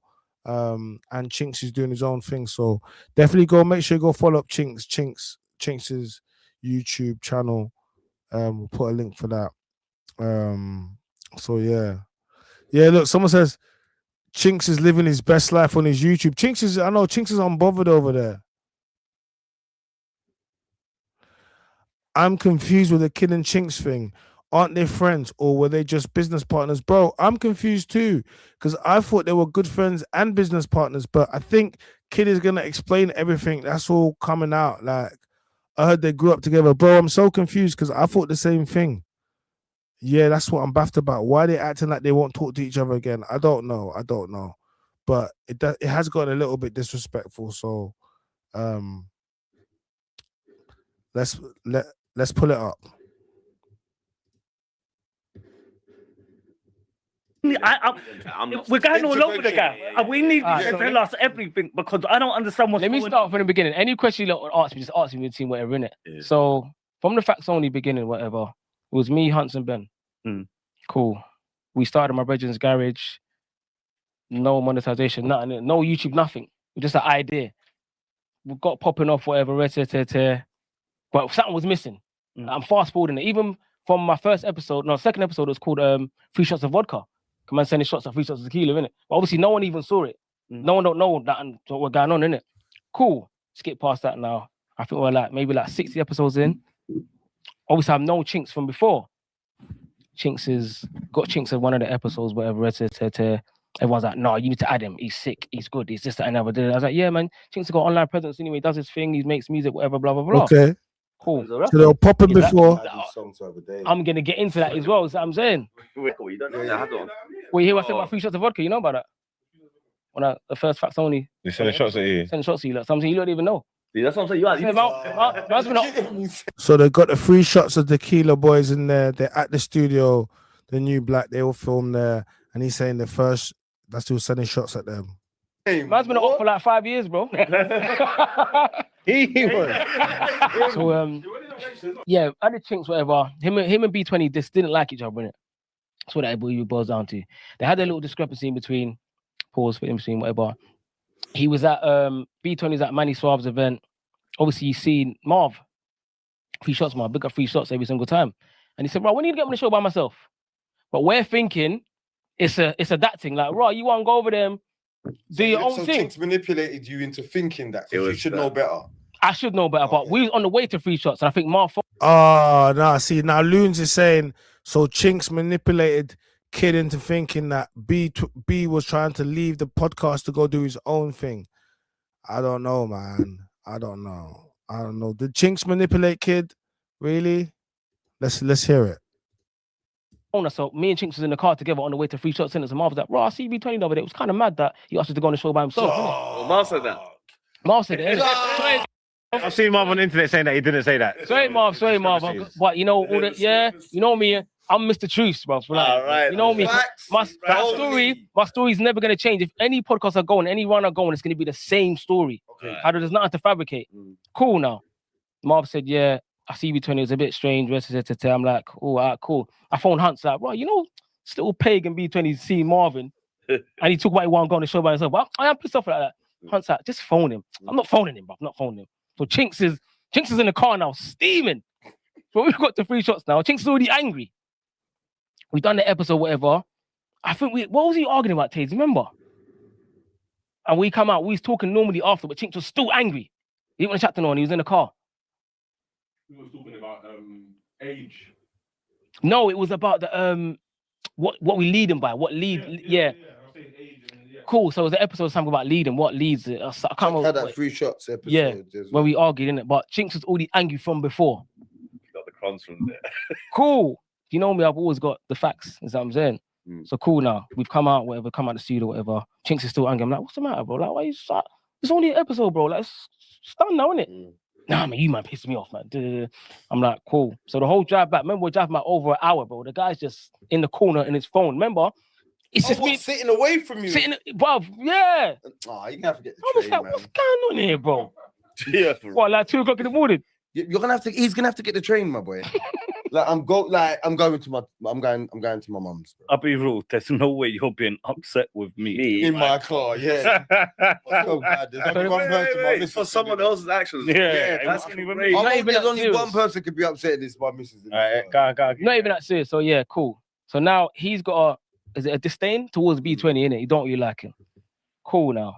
He's then me and B is every year. Me and B go away for his birthday, innit? Or like a group of us. I remember couple. Yeah, cool. Come on, man. Let's get to it, Kidd, man. I'm probably missing out certain bits, but it's not that important. We're missing out certain whatever. Someone's messaging me on the Facts Only page, like, bro, where's the episode? I'm saying, it should be out, innit? Like, obviously, Chinx is the editor of these things as well, innit? Part of the channel. I'm saying, what do you mean? Let me message Chinx, see what I've gone. Message in the group, like, yo, Chinx, aka editor, where's the episode? I quit. Man's in the airport, you know. Man's in Albania. What do you mean? What do you mean you quit, bro? What do you mean? Yeah, I'm done. You man do your own thing. Delete. Then he just left the group. So me and B look at each other in the airport like, who's got to edit this? Now we haven't got an editor. But leading up to that, even obviously certain episodes, he's not even turning up anyway. So it'd be me, Hunts, and Ben like doing the episode, whatever. Chinx ain't even. I'm saying Chinx like, yes, leave it on the laptop. I'll come again and edit. I was like, what's wrong with this guy, bro? Okay. But obviously, I'm still trying to keep us together. Cool now. So then Chinx has done his half press run that he didn't really say he did, but he did. Getting B20 out of it, realistically. Came here. Went over there. So then B's out somewhere. I think he might have been at R&B maybe. I'm not sure where he was. Someone's threw water at him. And he's gone. The youth's like, yeah, I don't like you because of what you did to Chinx. Raw. No. So B's like, no. What? You man got some. Hey, what you saying? Someone stuck it on for B. Someone stuck it on B for Chinx. Hey, Chinx, I didn't know you was a mob boss like that, Chinx. I didn't know that Chinx really had people splashing, man, in real life. Hey, man, I got splashed with the water. Oh, hey, listen. When we say splash, man, I didn't mean water, bro. But, hey, chat, could you imagine Chinx has actually got people actually pulling up on smoke for him? Hey, Chinx is a gang member. Hey, Chinx, what type of... Hey, he's a gang member that calls police. Crazy. Let's listen to this. Serious pull over there, because Kidd N Chinx is going on these times, isn't it? The pull you lot got and making people come to you in real life and do stuff. So now I'm doing my press run now. Hence why he's coming here. He's done what he's done. He's done his Snapchat. Ether music. Cool. Jay-Z. What's up, nigga? Done all that now. Then Chinx has done his reaction to that, whatever. And Facts Only just kind of popped down in it. So why did he delete it? Cool. So then, obviously, me and B are still cool. B's my brethren. Forget the internet stuff. He's my brethren now, innit? Just to clarify, he never got his water thrown at him at R&B. That was another event. Just clarify. Alright, big up R&B songs every time. Big up Chucking Taylor. Big up. So, yeah, then obviously I've linked B off camera, whatever. He's like, yeah, do you know, I want to start my own podcast. You lot got Kidd N Chinx going on. I want to start my own podcast, innit? I'm saying, yeah, cool, man, do your thing, innit? But then I'm looking at my notifications on my phone. I'm seeing this password's been changed. This email's been changed. This number's been changed. So I'm thinking, this guy thinks he's going to go on the Facts Only page, change it over to what you want it to do. And then all of a sudden, now you're going to use what we built to use your own podcast. Who was doing that? B20? B20. Okay. But why I'm an idiot for that? 'Cause I didn't have the conversation with him. I didn't speak to him. That's my bad on not doing that, innit? But obviously, I've told Hunts's, Chinx can see the episodes as well, because Chinx can see the notification because he's logged in as well. Yeah. And he's on the thing like, bro, this guy's trying to go behind our back and start a podcast off our podcast that we built, innit? Because it's fair to say Chinx was a part of Facts Only them times, doing it. He got us to a place we wouldn't have got to without him. That's fair to say. Then Chinx have gone, I'm just gonna delete it. I said, no, don't delete it yet. Let me see what I've gone first. Let me just wait, innit? Whoa. Then obviously B's using certain parts of the. So that man deleted the Facts Only page. What, you man deleted a YouTube channel that was monetized, that was making money? Don't tell me this. Don't tell me that you man got beefs between each other and you deleted the money making machine. Like, it might not have made the most money or whatever, but it was making money, and slow dough's better than no dough, and it would have made more if you carried on grinding. Please don't tell me. Let me listen, because if you guys are going to tell me we beefed and no one can have it.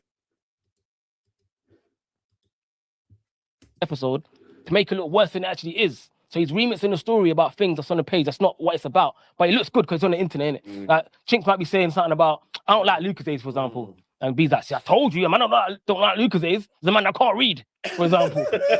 Now all of a sudden, Chinx can't read. You see what I'm saying? Now Chinx like, nah, I don't like that. I'm not happy that man can just remix my stuff and use what he's doing. I'm deleting the whole page. And then when I looked in let me just stop you quickly. You never had no power to delete the page because you had episodes and you lot bring him in. Like you said, I'm just going back to what you said. The people of them said make him a fixture in the pod. Yeah. It's respectfully like at the start of Nope, it was me and him, innit? Yeah. It's like you or him or you know what I'm saying? Deleting it like on the like if you not quit and deleting it, huh? But what? Hear me out though. When he said to you the first time, I'm going to delete it, you said, let me talk to him. I said, no, like, just wait, don't do it. But just wait. I would have said, bro, deleting is not an option. Shut your mouth. But do you know why I thought it was an option at the time? Because I'm angry that B's trying to think he can go onto the Facts Only page and just rename it all and monetize off it and not give us nothing. Yeah. So I'm annoyed already. But that's a conversation for another day, though. Which I should have had, which I didn't have. And on top of it, if Facts Only ain't going on... One second. If Facts Only ain't going on, it's done. And I've told you I'm going to start a new pod. Yeah, we didn't tell us you was doing it from that, though. You didn't say that. This is misrepresentation. This is misrepresentation towards Chinx.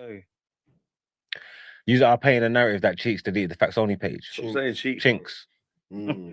Fucked up. Chinx deleted the Facts Only page. He agreed to it. He didn't know. He didn't. B20 took the page over, changed the name. Did he say that? No, he didn't get that far. He didn't get that far. But this is what he was going to do. We saw notifications. Look, he went in there. He's changed the password. So he's locked everything. He's cleaning the house. He's making a new podcast. He's not going to start from scratch. Wherever his new podcast if you're subscribed to them, you're going to be subscribed to his new podcast. At the same time, so he's going to make a new. So he's took this page. Yeah, but why I'm wrong? So really, he deleted the new. He deleted B20s. He deleted B20's joint then. No, because if he didn't take it, if he didn't delete it, B20 would have took it anyway. It would have been Facts Only. No, but it didn't go that way. But we don't know that though. We don't know that way. I don't even know at the beginning. Yeah, he's saying he started seeing these notifications. Then what he should have done is called him. But I should have called him. So what happened after that? Did you speak to him? So you didn't call him. I didn't call him. So he had the page. How did he? We've all had access to the page. They all had access. Okay. All of us had it. It was all logged in, innit? Okay. So it's like that's my bad for not calling B20 and saying, "Yo, brother, what's going on here?" Like, that's what you should have done. That's what I should have done. I'm angry now. I'm thinking, I just left this guy's yard. Talking about he's gonna do a new podcast, and now all of a sudden, Facts Only is getting. Nah, he didn't lie though. But he didn't tell us that. But then again, it might not have been that. It might not be. Why That. do You you don't know. know? We're just But looking at you know, is you're not using your common sense. The whole point of him telling you he's going to start a new pod because he's using the page. Yeah, and he's waiting for you to say what are you gonna put it on our page and Guys, you have that. let's be fair. No. Wait, if you say I'm gonna start, Yeah, like B said to you what it was gonna do, so that was the moment where you should have been like, whatever, in it. But the page didn't need to get deleted because that was out of emotion. Because now you're regretting deleting the page, but you just didn't want him to go and rebrand and do all these things based upon all your subscribers and basically giving them a monetized page. But if that was the case, you should have asked for some money from it or said to him, look, I'll hand it over to you, but I want this amount of money because you're gonna make money from an audience or whatever. You shouldn't have just deleted the page. The man them should have worked together, and that's what he's saying now with hindsight. Do you get me? I'm gonna start a new podcast, bro. You're not gonna assume 1/3 out of a 3-man step is going to change the name to that. No. That's not the thing. No, that's not what I hear what you're saying, but no, I hear you. But you see, what will be if there's a monetized channel? That is just a gold. That's to let. Remember, there's nothing. It's to let. No money's gonna be pushed through this. You get what I'm saying? That unless content's built in it. So I'm gonna say, I'm gonna do something new. Yeah. Why are you thinking I'm gonna go and start from scratch? Because we did. If at worst, wait, you did because you let them delete. Yeah, you had no. We did. So I'm saying, like, I don't get why business couldn't have been done. Like, why can't we run business and just say, like, do you know what I'm saying? I don't get why business just couldn't have been run. I don't get why we just couldn't have run good business. Good business couldn't have just been run.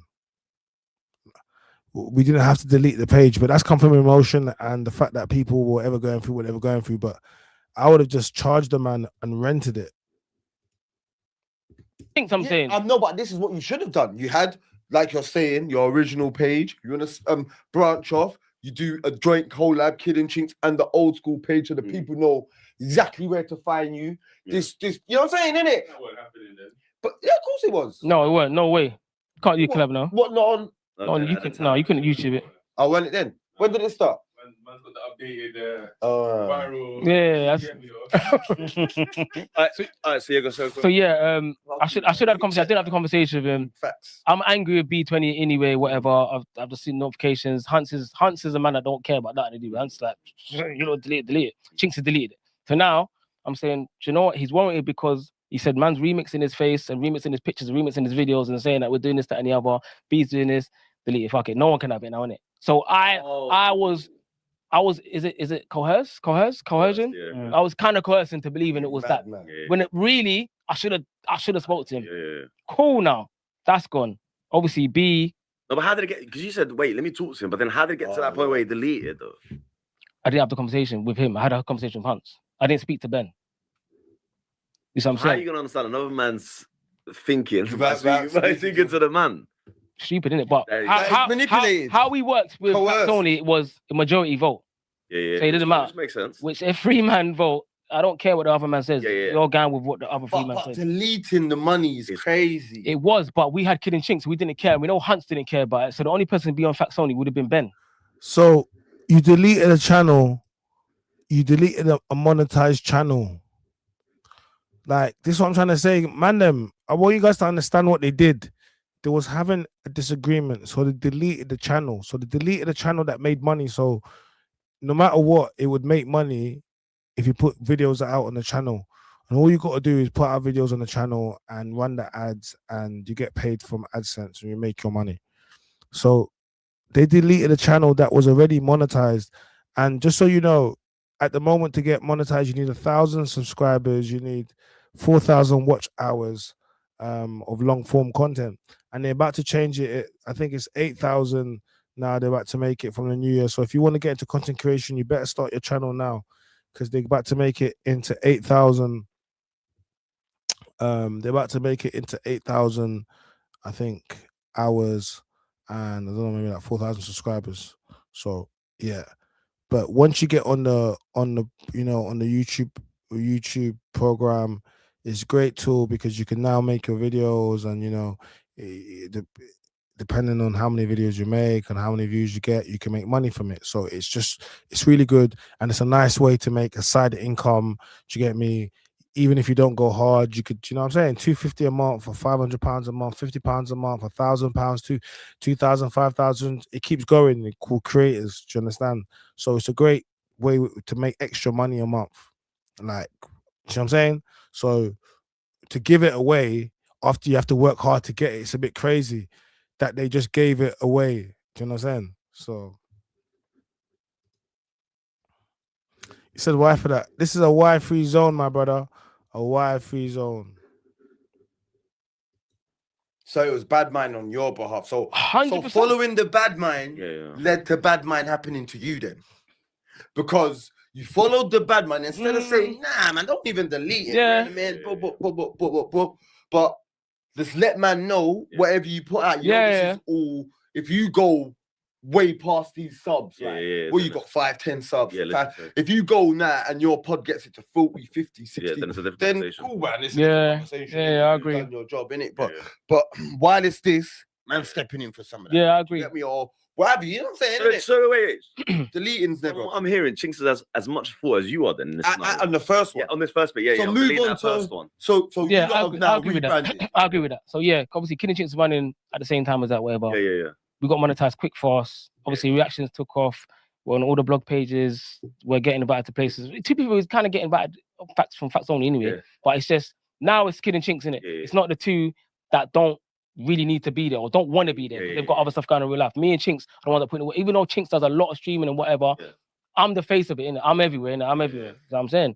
So cool now. Kidd N Chinx was birthed, whatever, doing our thing. But the podcasting wasn't really what I wanted to do. Okay. I was like, well, what else can we do, man? Big up Wes. Wes brought a young youth called Jermaine. Jermaine was like, I think you man should do something called reactions, innit? Like, watch other videos, watch other content, and talk about it, innit? But that ain't gonna work, bruv. He's like, just try it, innit? Did it for a couple of weeks, whatever. And then bare pages that didn't talk about us before were talking about us. But then I was like, it can't be from Facts Only. But then everyone would see me out and be like, but I see you online, man. What's that podcast you guys? Or what? Facts Only? Like, nah, it's not. That's it. I'm like, my name's Kidd though. So why would you not just assume that? just assume it? But everyone's saying this, everyone going. So I'm like, right, maybe the podcast thing wasn't the reaction thing's working there. Obviously, Loons was saying about fast food. So cool now. We're getting took offense. we're getting recognition that we don't usually get now, to the point where people are phoning me saying, wow, I want to give you 20 bucks investment. Okay, fair. I'm saying, you can't give me 20 bucks. If you give me 20 bucks, I'm gonna you better talk to somebody else. Talk to somebody else about it. So I said, talk to Wes, talk to the editor, man, and the cameraman. He will talk to you better, innit? He spoke to them, ended up getting a £5, which I don't think we really needed, innit? But he's like, but it's good to have money in the kitty. Oh wait, hold on a second. So you man got outside investment. So wait a minute. You man, Kidd N Chinx, you man got £5. Wes got you £5,000, yeah? Guys, for everyone that don't know, £5 is £5,000. So let me get this straight. Wes got you man £5,000. He got you man 5K investment. Dupree says, shake my head. What, all their man's videos are gone? Yeah, bro. All the Facts Only, all the videos are gone. I don't know about Kidd N Chinx. I don't know if he deleted all the videos and it started fresh. I don't know. But yeah. So they got a 5K investment. Okay. So who gave them 5K? Let's listen. Like, we can upgrade the camera, upgrade the lens, upgrade this, get this, you know what I'm saying? So we've done that. But it got to the point where we didn't even need the money because we're paying back the loan with the loan. Yeah. So now we've got this studio. Just give the money, bro. That's what I'm saying. But now we're doing stuff like, but the person obviously wanted £1,000 on top, innit, which we had to be £1,000 a month for the year, which was £6. It's calm, innit? And the YouTube these times doing, a good month is doing like £1,500, bad month is doing 9 bills. So we're always gonna be above, innit? Cool now, to the point where.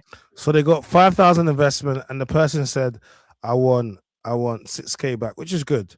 5K back across the year, and then they get £1,000 back on top. It's a good return. Do you get me? So I'm saying to you, stable investment, good return. To get 1,000 back, get 1,000. That's calm.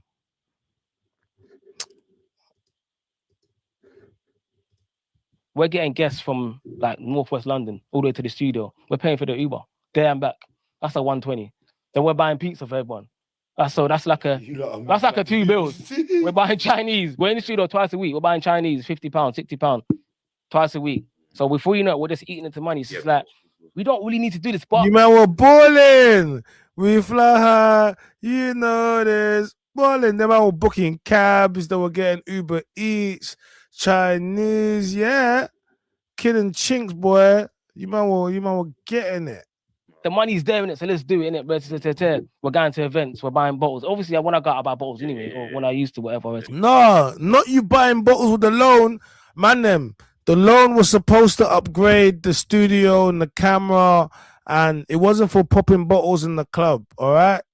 Hey, Kid is saying, look, I'm used to popping bottles. What are you saying? Chinx was out there popping the spending the money, popping bottles. This is what you're telling me. Hey, Chinx, I hope you wasn't out here splashing, because I saw you out in the club. I saw you guys in that video, Ambush's album launch party, All Men Bleed. I see you with the Badinas whining on you. Was you splashing on her?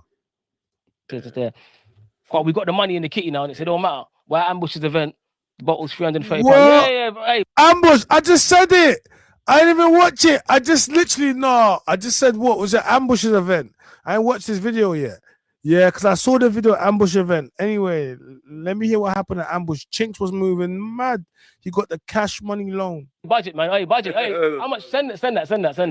Find a bottle of Hennessy for £300 and something pounds. It doesn't even make sense. That's our rent for the studio. Yeah. Cool. No, man. Chinx spent £300 and something pounds on a bottle of Henny. I see that bottle of Henny in the video. So what they saying? Chinx got the bottle of Henny and he just £320. You guys were definitely moving like rock stars. I can't lie. Kidd is spilling all tea. So now, that's carried on now. The money's depreciated now, innit? There's nothing left. So now, if you have a shortfall, every month you got to pay the loan, studio, and the internet because it's live streaming. Yeah. Let's call it 9 bills. Yeah. So if the YouTube don't make 9 bills, nah, in total. 450 each. Nah, it was 3 bills each, innit? Okay. Oh, yeah, 3 of That's what I'm saying. Yeah. So, if they don't make 9 bills. So if they don't make the 9 bills, we got to go into our pocket and cover the shortfall. Yeah, fair. Split it through. It's that simple. It's a fixed cost. It's not variable. It's not changing. Yeah. We've got to pay the 5 bills for the month, for the year. When that's done, we can have more money in. Exactly. We've got to pay the rent for the studio. We've got to pay the internet. Them costs are not changing. Nice. So if we don't meet that requirement for the YouTube, we've got to go in our pocket. That's simple. One of the months we had a shortfall. Man, it was only like £30-something. Everyone putting a 10 or whatever. Calm. Covered it. Bam. Now, obviously, Chinx is doing his own thing, streaming his channel. If I'm doing my bowling, whatever, it's going on the Kidd N Chinx channel. When Chinx is streaming, it's going on the Kidd N Chinx channel. Yeah. But then he wants to get his own page popping, so he's putting his own channel, which is fine. I want you to do your thing, innit? I want you to get subscribers, whatever. But then, like, if certain man have got work, or they're going on holiday, like Edo's going on holiday, well, I'm working. We're not on the channel, innit? So when Chinx is streaming from his yard, put it on the channell so that it can still make money. Okay. But he was doing it on his own channel now, so now you're doing it for free. But you're getting your watch hours up, which is understandable. I get it, like Liam was saying, getting watch hours is difficult.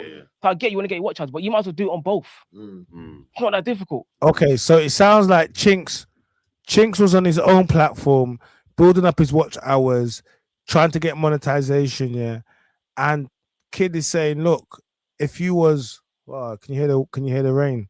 Kidd is saying, yeah, that's cool, but you should have been working on our platform as well. And I think that's where some of the issue has arisen from.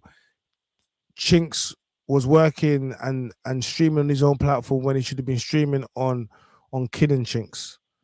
That's what I'm hearing. I think that's where some of the issues started. Cool. You're doing it on one channel now, so obviously the shortfall is going to be more. I don't mind if the shortfall is a whole 9 bills. I can cover my side. I can cover my 3 bills. Could I be devil's advocate here? Mm-hmm. That's unfair to ask him, man. The reason why I'm saying it is because he's putting hours into a certain thing, and only because then it can build up behavior of people just stepping away whenever they want, and they're relying on Chinx to just do those hours. Of course, understandable. So that's but then even the what's the word I'm looking for? I can't figure the word right now. But even if we're not gonna do that, then we add extra days in the studio. So the days we can't do, we're doing twice a week in the studio. Certain times when it's time in the studio, I've got work in the morning, I can't even make it. Do it by myself. So certain times when we're back monetized again, so I get into that. I'll put the videos back up again, whatever. But it's reactions, so I don't think we're gonna do that on the page no more. Yeah. You'll see that I was doing certain things by myself in the studio. Okay, Like he's putting it on the group studio. So he's asking my man to do the same. Yeah, so when you're, so there are hours you're doing when he's not there. And I've had my own channel. Yeah, that's fair. I've had my own channel for a little while. I don't really care about it. Well, I do, but at the same time, the Kidd N Chinx is priority, bro. Because the less we put in, the less we get out. Yeah, and we're gonna have to pay. Yeah, like I said, I don't mind. In my head already, the 3 bills plus is what I'm willing to pay anyway. Yeah. Cool now. So you're not doing that on the channel. You're doing your own thing. And then sometimes we get to the studio, and it'll be like, yeah, I'm gonna do a reaction. Let's say, for example, on the Smokers Corner, them I like to call it. We're doing that show. Oh yeah, I've seen this already. So then it's not authentic reaction, is it? Because you've already seen it, and it's already on your page. So you got to the point where we're doing reactions from a reaction that you've already done on his page. So we're reacting to Chinx with Chinx on Chinx's page. So he's already done I'm like, bro, this is dumb. Yeah. And you'd be like, all right, you know what? Skip to 4 minutes. It gets funny then. But I'm not doing that. Not doing that. Not doing that. You've already seen it, but I'm not doing that. Not doing that. But then the chat, then you'd be like, oh, go in the chat. Then certain times on the stream, where it's just like, we're just quiet for 10 minutes. We're looking for something to react to. I'm like, bruv, this is dumb. It's getting stupid. Like, we shouldn't do this. Oh, because you're skipping stuff because he's skipping stuff because he's already seen it and already done it on his page. So he's just in the studio like this now. Like, I'm just like, bruv, then it just kills the vibe. It just kills the vibe, though, innit? So now that was the catalyst. The catalyst. Yeah. But then obviously the editor's picking up with this. The editor's young, like 22, 23, but he's a young youth. Then cameraman Wes, he's like 27, 28. He's seeing this as well. So he's like, come on, guys, we gotta fix that because at the end of the month we gotta pay stuff. And if you lot don't want to do this, don't do it then, innit? But then at the end of it all, it's Kidd N Chinx. But if anything falls, if Wes leaves and Jermaine leaves, it's Kidd N Chinx. So therefore we got to split the cost down the middle. You see what I'm saying? But I don't think he had that mentality. It was a thing like, I don't care what we gotta pay, I'm not paying it. So it's clearly it's about money, it's about studio, it's about workload, and this is clearly what was the beginning of the end, and that's what I'm hearing. It's just really come down to they grew really quickly, and you know they took on a loan to get studio things. They did certain things, and then I think it went to certain people's heads, in the sense of, I just think they just grew really quickly. They got a lot of attention. Like you said, they got the loan. They had the editors and the cameraman, and there was a lot of parts which had to keep getting, you know, the cogs. You know what I mean, to make the engine move. And you can just clearly see where it went wrong. And I think this is what Kidd's trying to say. Like what Mark was saying earlier. You know what I'm saying? I'm doing what I want to do. Yeah. Even down, if I go back to Facts Only, the reason why I use the editor because you didn't want to pay the studio. You didn't want to pay the rent in the studio. So therefore we started paying you to edit. Yeah. But you're on the show. So wait a minute. The Up and Coming podcast and the podcaster that's on the Up and Coming podcast is charging his podcast mates to edit. His co-host. He's not charging you guys, is he? Of course he is, because he's not paying rent. We're paying him. So you know what? I'll be real. You don't pay him, so basically he just got ducks. He just don't have to put it on rent. Yeah, but you still get. So they're saying they was paying Chinx, or he didn't have to pay the studio cost because he was the editor. But if he was editing, which is a lot of work, he shouldn't have to pay the studio costs, because he's taken one huge cost away. So I would think he shouldn't pay it. I would second that as well. Yeah, I'm with that. Yeah, but you don't leave no money in his hand though. You're not giving money in his hand, but you're not paying rent. I get that. Yeah, but he's putting in. I get that. But they're all podding as well, though. No, but I get No, that. but he is putting. He's not leaving with money in his hand. I do more. Should I get more? No, that's not. No, you don't edit. Light, by the way. Yeah, I do. Editing ain't light, bro. But cool, cool, fair enough. Editing's not light, but then we said, all right, cool. How about you pay rent then, and we've outsourced the editor? Okay, wait, hear me out. Yeah, fair. He didn't want to do that. He didn't want to do that. But what I'm saying is that depends on how you value your time, right? So you might say, listen, I don't want nothing to do with this. So for instance, you might be in a pod recording for 2 hours, 3 hours. It could take him 2 or 3 hours. That's the same amount of hours that you put in here. Do you know what I'm saying? So If a man doesn't want to pay it, but he's willing to learn how to be a better editor, you can't fault a man for that though. No, because rent, bro. No. See that. No, but then again, but when you got something, it's yours. Together. Marv edits free shots, innit, Brent? Marv's always edited free shots. Yeah. I can't see Marv trying to charge anybody for free shots or saying I'm taking more money. It's his pod. No, but him have our editors outsourced. That is his pod. That's why, innit? If we did it, I'm not getting any more money for it. I wouldn't dare ask someone because I'm editing, and if any user tried to do that, you know I'm gonna cuss that. I'm like, it's our pod that. I do hear it though. Hear what? The getting more money for editing? No, yeah. No, because you got the skill set. Everybody's got a skill set that they can use that you're bringing to the table. And if you've got one, you want to cut the corners. Remember, if you're being hired for something, then cool, you want to be paid for your time. But if you're part of something and you're building something, and it's yours, that is yours. For money out of something that just about makes money is insane. The perfect asking for money. Mark was there because hypothetically, it's free. Let's just say there's 3 of them, right? So let's just say if he's saying, okay, I will edit this. Bear in mind, yeah. I'm saying that's putting in. That's putting in. Yeah, I'm with him. No. I will edit, but I don't want to pay rent. No, that's no. Okay, so I don't pay rent. That's more money. Okay, cool. One sec, though, guys. Hold on.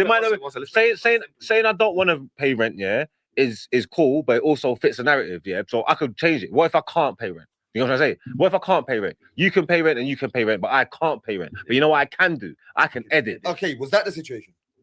Well, it might have been. No, it might be. You don't know, man. You don't know, man. I'm saying if that's the situation, you could be saying, "Right, I'm not paying nothing," but that's bravado. I'm not paying nothing. I ain't got it to pay it. Oh, free bills. I lied though. No. I don't even want to talk their business. No, don't talk their business. So this that thing again, yeah. It's like why we can't elevate or why we can't do certain things, yeah, is because like we're arguing about. Like, let's look, paying rent on something that you need to pay rent on so you can have a space, like so you can have a space to do the things that it is that you need to go and do. Do you get me? So it's like, how can we be great and how can we truly work as a culture if we're just not willing to pay or understand what people's skills set, what people bring towards the table, and how we can all benefit from that? Like, do you understand? And it just sounds like they had a lot of great people, to the point of where you had people that were willing to give you up to 20 grand, but you said, no, we'll take 5, and then you pay back the 5, and then, you know what I mean? That everyone's going really well, and it's just, it's kind of sad when you hear about it still. Get cheap. Hold on. Yeah. Wait, I don't want to talk the business, but their rent's cheap. I know the numbers. No, what I'm saying is, it don't matter. What's cheap to you? What's cheap to you is expensive to someone else. It still don't matter. You can't. It don't. You ain't got that monthly. No. Sorry, 1 second to cut you. You're still not allowed to do that. Everybody's situation is their situation. Facts. You're not allowed to do that. Whatever it costs, it costs. If you can't afford it, you can't afford it. I know, but you know what it is. And I'm not talking about it, man. We don't know if you can't afford it. I'm saying I'm just giving a different angle. Man is saying, he didn't want to. Man is saying he didn't want to do it. He didn't want to do it. Like he's being a bad man. What if he couldn't do it? Like, okay, Lose. Let's be real, yeah. Yeah, like, everyone's got different commitments, costs. He might not been able to afford to have done it because of the other things. So this is one of those things when you get into talking about this, but you should also understand what you expect from another person, from that person. You understand? You can't just expect someone to have the finances. And yes, we should all have a man of finance, but listen, everyone's got lives, everyone's got things going on, and £300, an extra £300 to put towards a studio might not be feasible at the time. I don't know. I can't tell you. I don't know his finances, but it might be. And if that's the case, is that something we're going to shame a man for? I don't know. You tell me. If you could edit, yeah, and you were starting off a pod, and the pod, let's just say, I'm going to make it simple numbers. Hold, it's not, you're not charging nobody, but what I'm saying is it's free bills, yeah? Everyone's got to put 100 in. I know for a fact you're not going to sit there and edit on a weekend and putting the same money. And putting the same money as them, man, bro. You're not doing that, bro. You're not doing that. You're not doing that. You're not doing that, bro. Me? Wait, let's be straight. No hours, weekends and that. You're grafting. Wait. I'll give you. I don't expect no to that. I don't expect no. Wait. See what? It's difficult for it's difficult for our editor because you know why it's difficult for him? Because he weren't there. You get me? Yeah. So he's literally got to watch the show. Now, I've just done it. I know where you understand what I'm looking for? It's easier. It's not hard. You've got tools to make things easier for you as well, bro. I don't necessarily mean with us in this situation. I mean, I'm trying to put you in a different. No, I'm not. I don't mean for no behavior though. I don't mean for envy. I'm trying to put you in a different situation. Yeah, I'm not in because no behaviors. Yeah, man, they're brethren. So I don't. Yeah, it's different. It's more. No, look, it's not behavior.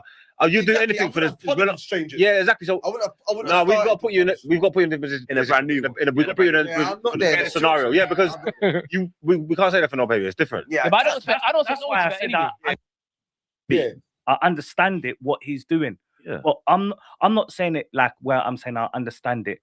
If that was us, I'm charging. No, but facts only is his thing, though. No, it's not. Facts only is their thing, and he ride him on after. So even more of a reason why he should say, I don't want to put in and I'll edit because you're saving costs somewhere else. They're not saving no cost with an extra person on board. His rent was still the same. No, his rent's still the same, but he's gonna have to pay. They don't have to pay editor. And now they have to pay before. You paying someone before? It would have been. We was all doing it, innit? Why are you all doing it?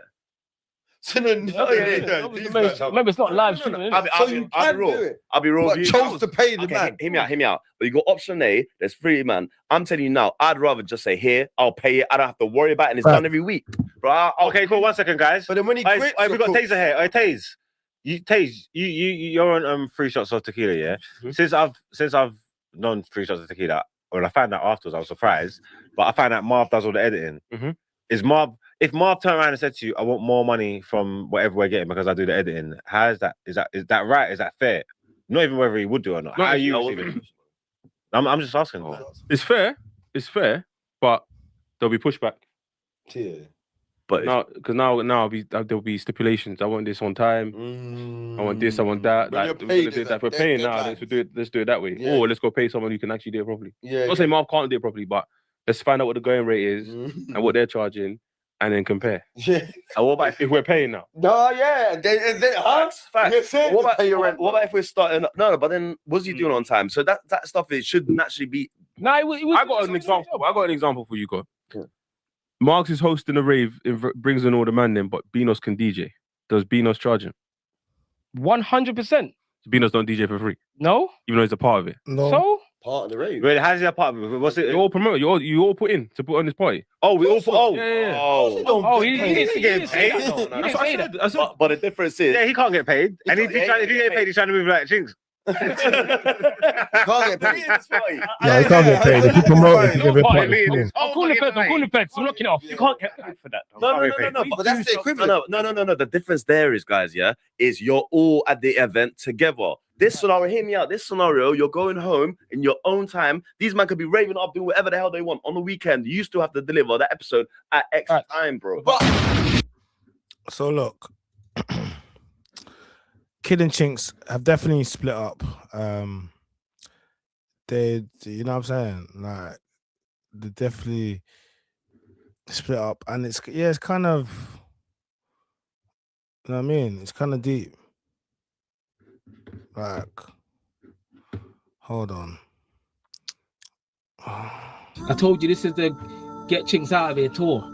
It is. It has to be for monetization. It actually has to be, bro. It actually has to be. Because he demonetized our page. I can say our page because it's Kidd N Chinx. There's no hate. It's just a fact.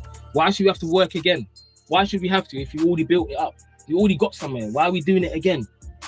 And on top of that, like I said, there's still bills that need to be paid every month. So wait, whoa. Chinx demonetized the Kidd N Chinx page. This is getting crazy, guys. This is these men are definitely not brethren no more. So now kids with Wes, we heard the story now. We sat through that. He explained on no behavior. Pretty much explained what's going on, right? So let's look. Kidd N Chinx have responded. Sorry, Wes and Chinx have responded to the comments. Yeah. All right. Let's see what's going on. Why? But you should just be monetized in your yard free of charge. But you're not paying the bills. Stop it, man. If we're running a fucking florist and we lose a cashier, we're meant to just collapse the whole business. Doesn't make sense. Doesn't make sense. You have to continue. You continue as you are. So you do a little rebrand. You might change a sign on the door, say, "Cool, this is just Kidd & Co Florist now." You have to change it, and you have to progress that way. Otherwise, it doesn't make sense. Like, we ain't had no opportunity to recoup any money spent on this channel, bro. At all. Really. Nobody was getting paid. Bro, and half the stuff we was meant to do that was going to make money, we couldn't do. I'll leave that up to you lot to figure out why, innit? We couldn't do. But then he's going to go to me and say, oh.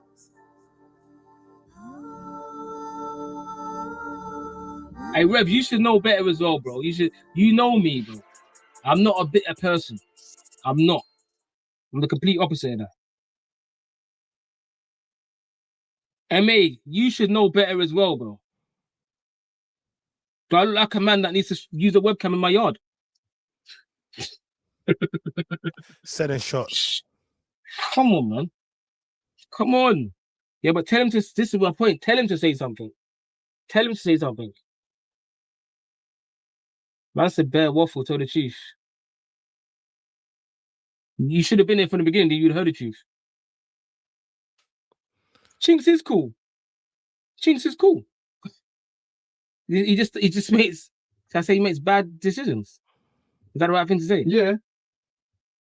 Yeah, I would say so. Like I said, MA, if you know the truth, I sent him a job today. I don't hate the guy, but you can't do stuff and Man not said I sent him a job. deal with you know. stuff. Crazy. That's it. Can't do something, not deal with stuff. He's not gonna say nothing public, and you man know that exactly. But this is why. And Revs, let me answer that question now. And this is why he said things, bro. I don't know why they're acting like he hasn't said things now, because I'm gonna get mad, bro. Man's on the stream, live on stream, doing sneak disses, but they're not even clocking his sneak disses because the audience don't know nothing. They know nothing, bro. And then they're gonna go on at us. No, where's his spazzing out? He's saying, "No, man, sneak dissing me.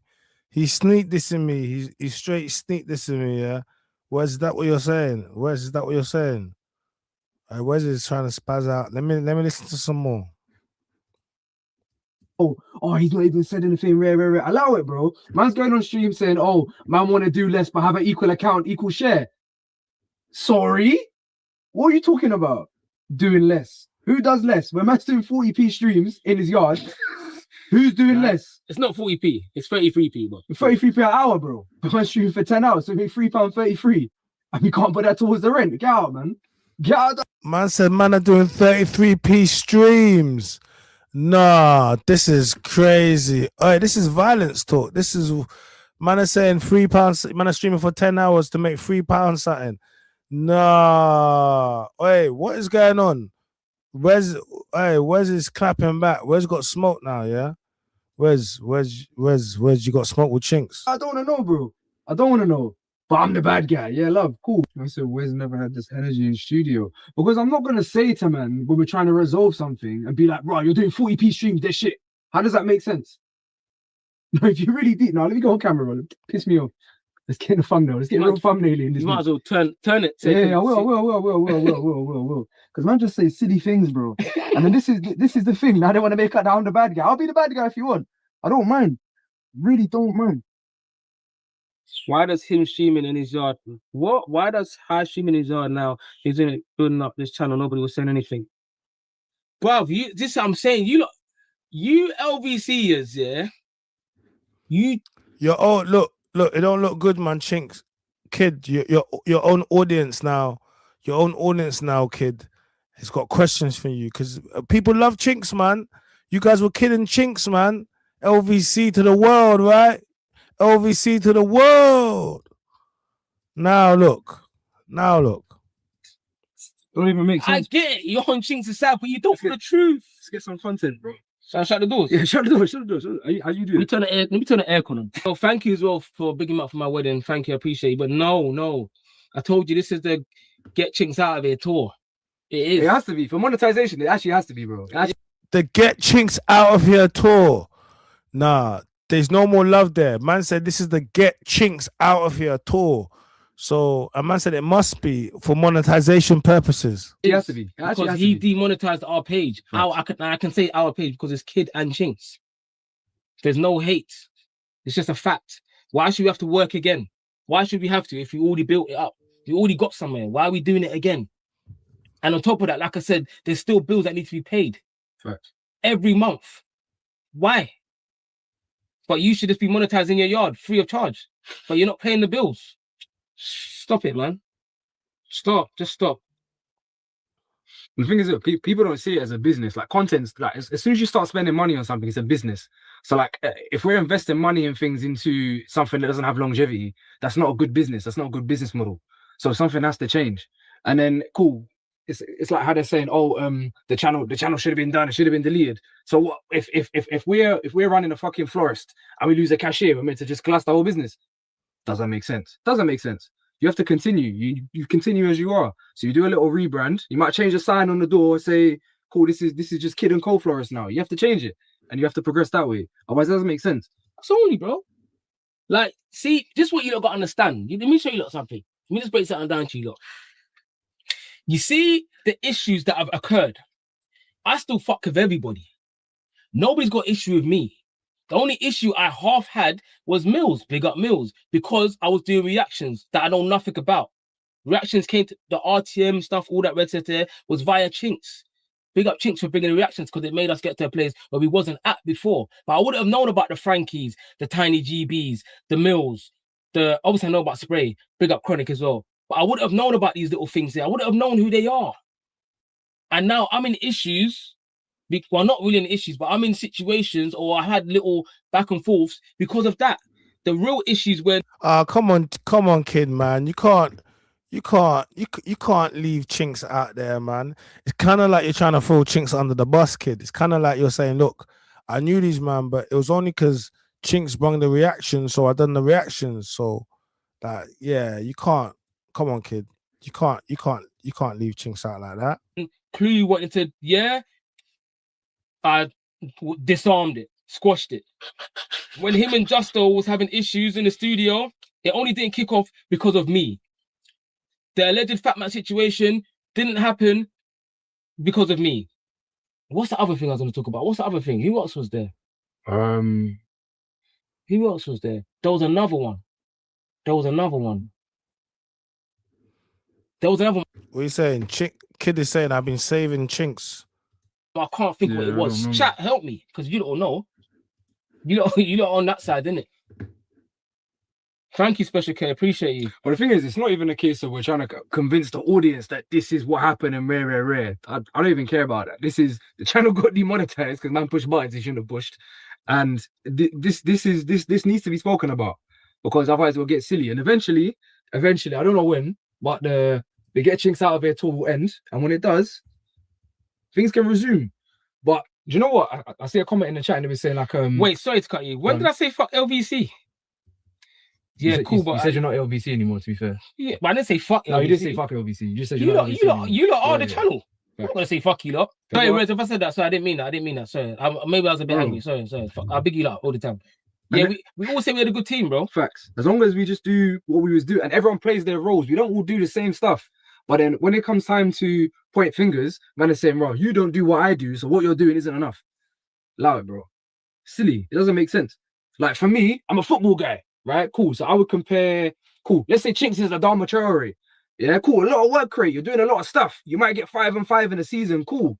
You're running around bears and there's no end product. I'm not like that. I don't like to run for no reason. I'm a Pirlo. It's got to be, I don't like to run. Running makes me tired. It's long. I don't like to do bare work. No, I don't believe. They're getting you out of it. No, it's calm. I don't mind because they can go fuck themselves. I don't mind. This is what I'm saying. I see it as jealousy though. No, but this is not. And this is the narrative. It's not Wes's fault at all. This is my point. It's not. This is what you look. This is the problem now. It's not Wes's fault. No, let them believe it's my fault because they can fall to my channel. I'll drop another video. It's not Wes's fault, bro. Even down to Facts Only, we spent tens of thousands. I think the cost. Don't worry, Friday you're gonna see Facts Only. We're back. It's happening, yeah? Yeah, it's happening. Yeah, all right, cool. We spent about. BA will be to give you the figures, but I'm gonna say about. Whoa! So now Facts Only is back. No, this is dark. Hey, madness. This is madness. And it is dark. It is madness and it is dark. So now, Facts Only, after they deleted the page, Kidd N Chinx went on to go do their own thing. Now they've broken up, and now Kidd is saying Facts Only is back on. Crazy. About 26K between us.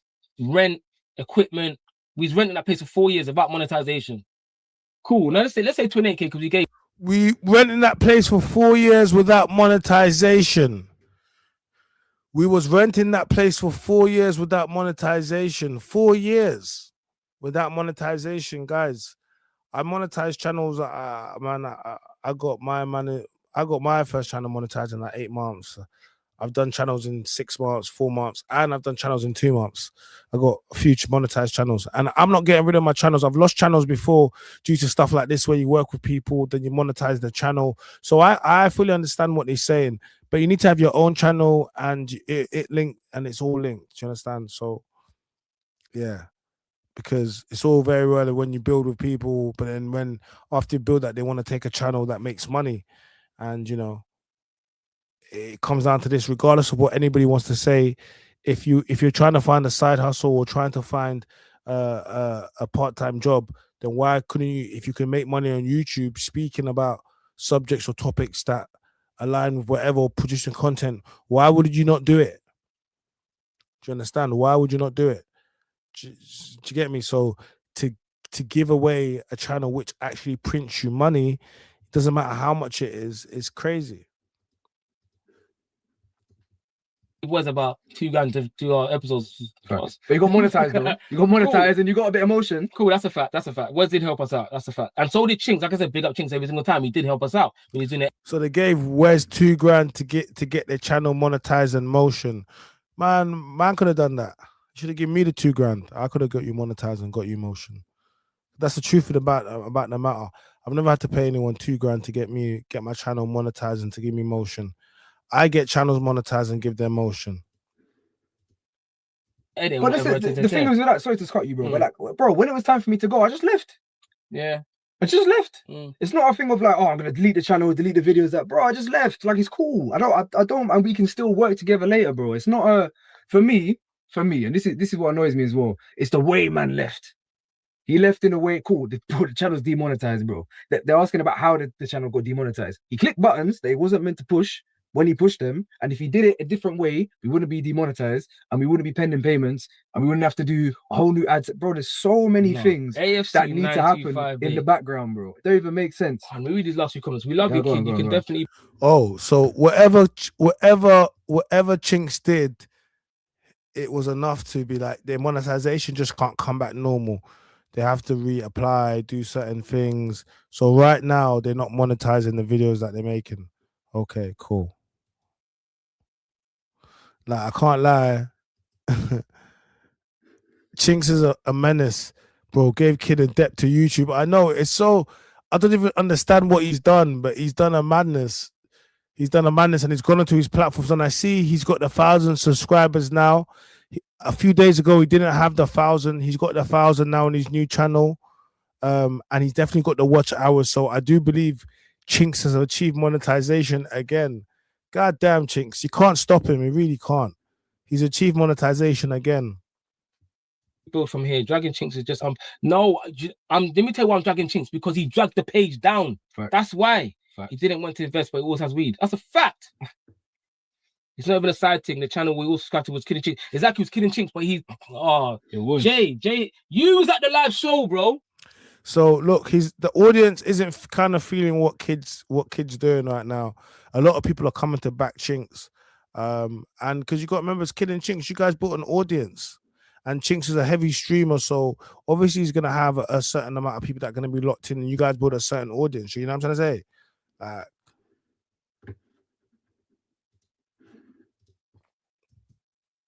Do you know that live show wasn't even meant to happen because we didn't even know if Chinx was going to be there? Fact. Did you know that? I bet you didn't know that. You need to be pulled up on it. Pause. But people just going to let you get away with it. They're going to be in your chat. Oi, Kidd's talking about you again. Yes, I am. When we're monetized, I won't mention his name. How about that? How about that? When we... So this is all for monetization then. This is all for monetization, and there's a reason why. Okay, so at least there's a bit more context, because I was like, why is Kidd moving so mad? But obviously, he did certain things to demonetize the page, and now they're doing all this to get motion back again. Do you get me? And that's what's happened. Damn. Chinx went straight espionage. Get our 4,000 watch hours. That's all we need, isn't it? Yeah. We're at like 30 now or something. Yeah. Come on, man. This stream should probably get it to like 2 more hours. We're gonna clip it up. Hopefully, you lot subscribe to my channel as well, just like how you subscribe to his.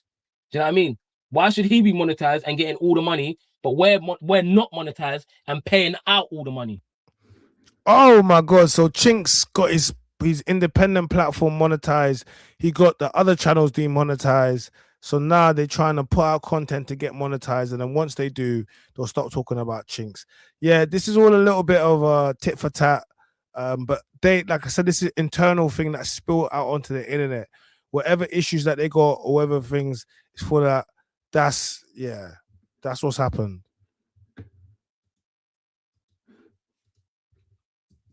Stop it, man. Just stop it. Do you know how much this bus cost me? Do you know how much that kit cost Wes? My man's got a webcam and a laptop in his yard, or maybe a PC, and getting paid.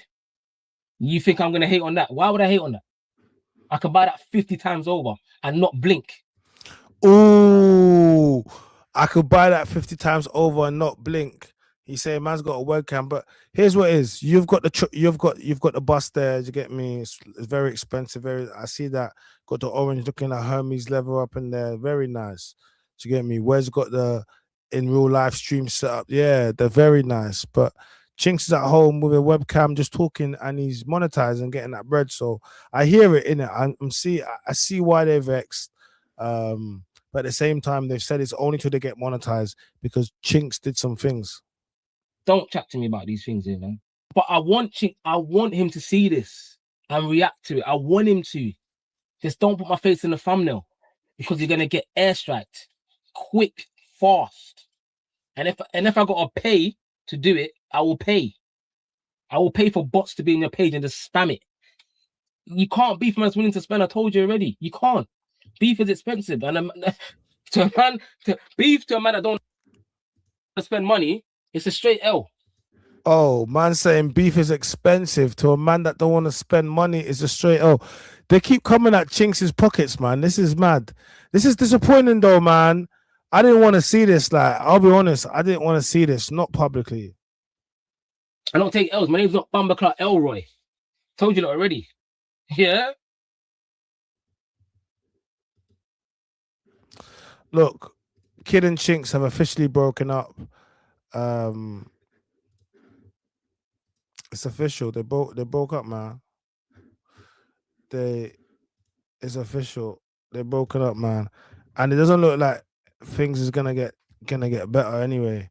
It looks like before things get better, things is gonna get worse. Which is kind of sad.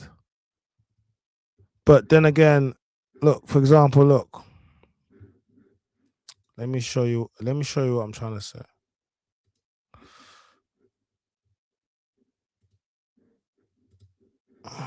Let me show you what I'm trying to say. Look.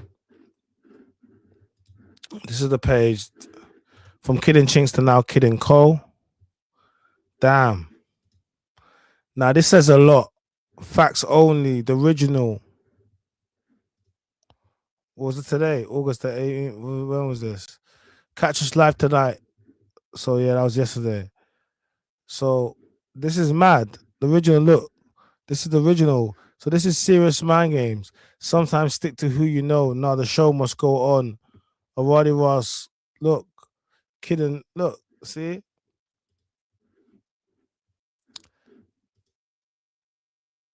Kid's on his own thing. He's got the vehicle. So it makes sense. Kid's doing his own thing right now. He's touring, he's streaming. That's how he's trying to do. So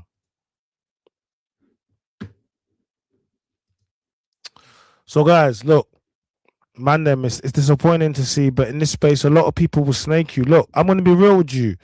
Like, no one's your friend in this space. Like, no one is your friend. These people, it's probably more disappointing because Kidd N Chinx, I think they know each other before this. But I'll talk about just anyone that you meet in this space. Like, you just got to treat people. This is like the roads. And if I met you on the roads, if I met you, I'll be able to filter out a lot of these people we would never be friends with, we'll never work with. And a lot of people will use you to try to level up in this space, or use you, try to get you on their platforms, try to get you out of context, try to get you out of character. And that's just how it is.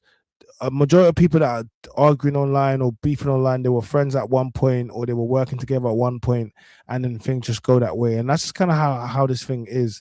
And for me, I just see a bunch of grown men that are arguing online, making threats online, talking about how bad everybody is, but no one ain't doing anything. Do you get me? Because none of these grown men in their late 30s or in their 40s wants to go to jail and do a 30 or 40. No one does. So all you're gonna see is a lot of bravadery, and you're gonna just see like machoism and just ego-driven base, but no one's gonna do anything.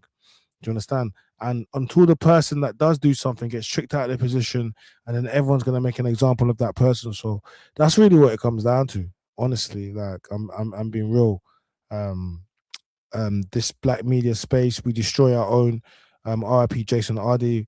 That was what launched this tonight's stream, and Shadeborough, you know, and the Telegraph and all the media entities that continuously push out content and push out stuff which it destroys people and destroys lives. But it's one thing to have a criticism of the mainstream right-wing media. It's another thing for us to have independent media, black media companies that follow suit and do the exact same thing on a smaller scale, but their influence is sometimes way bigger due to social media. And all the consumers and the people that are virtue signaling now, a lot of them are complicit in taking on this media and following these pages. And now this might be the straw that brought the camel's back, but there was a lot when you should have unfollowed the page a long time ago.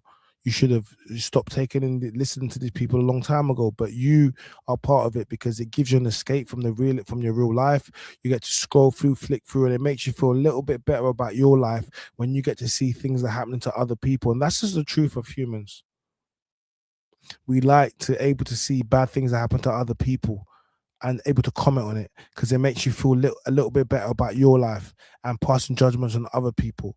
And until people are willing to have this, to look into the mirror and to start asking these questions and being accountable for the things they consume, these things will continue to happen because human nature says this is what you want. And all the people that are still commenting on the Shadeborough, it doesn't matter how many times you comment because you're still commenting. And to blame them without taking accountability for the things you consume and the things you spread, the news you spread, we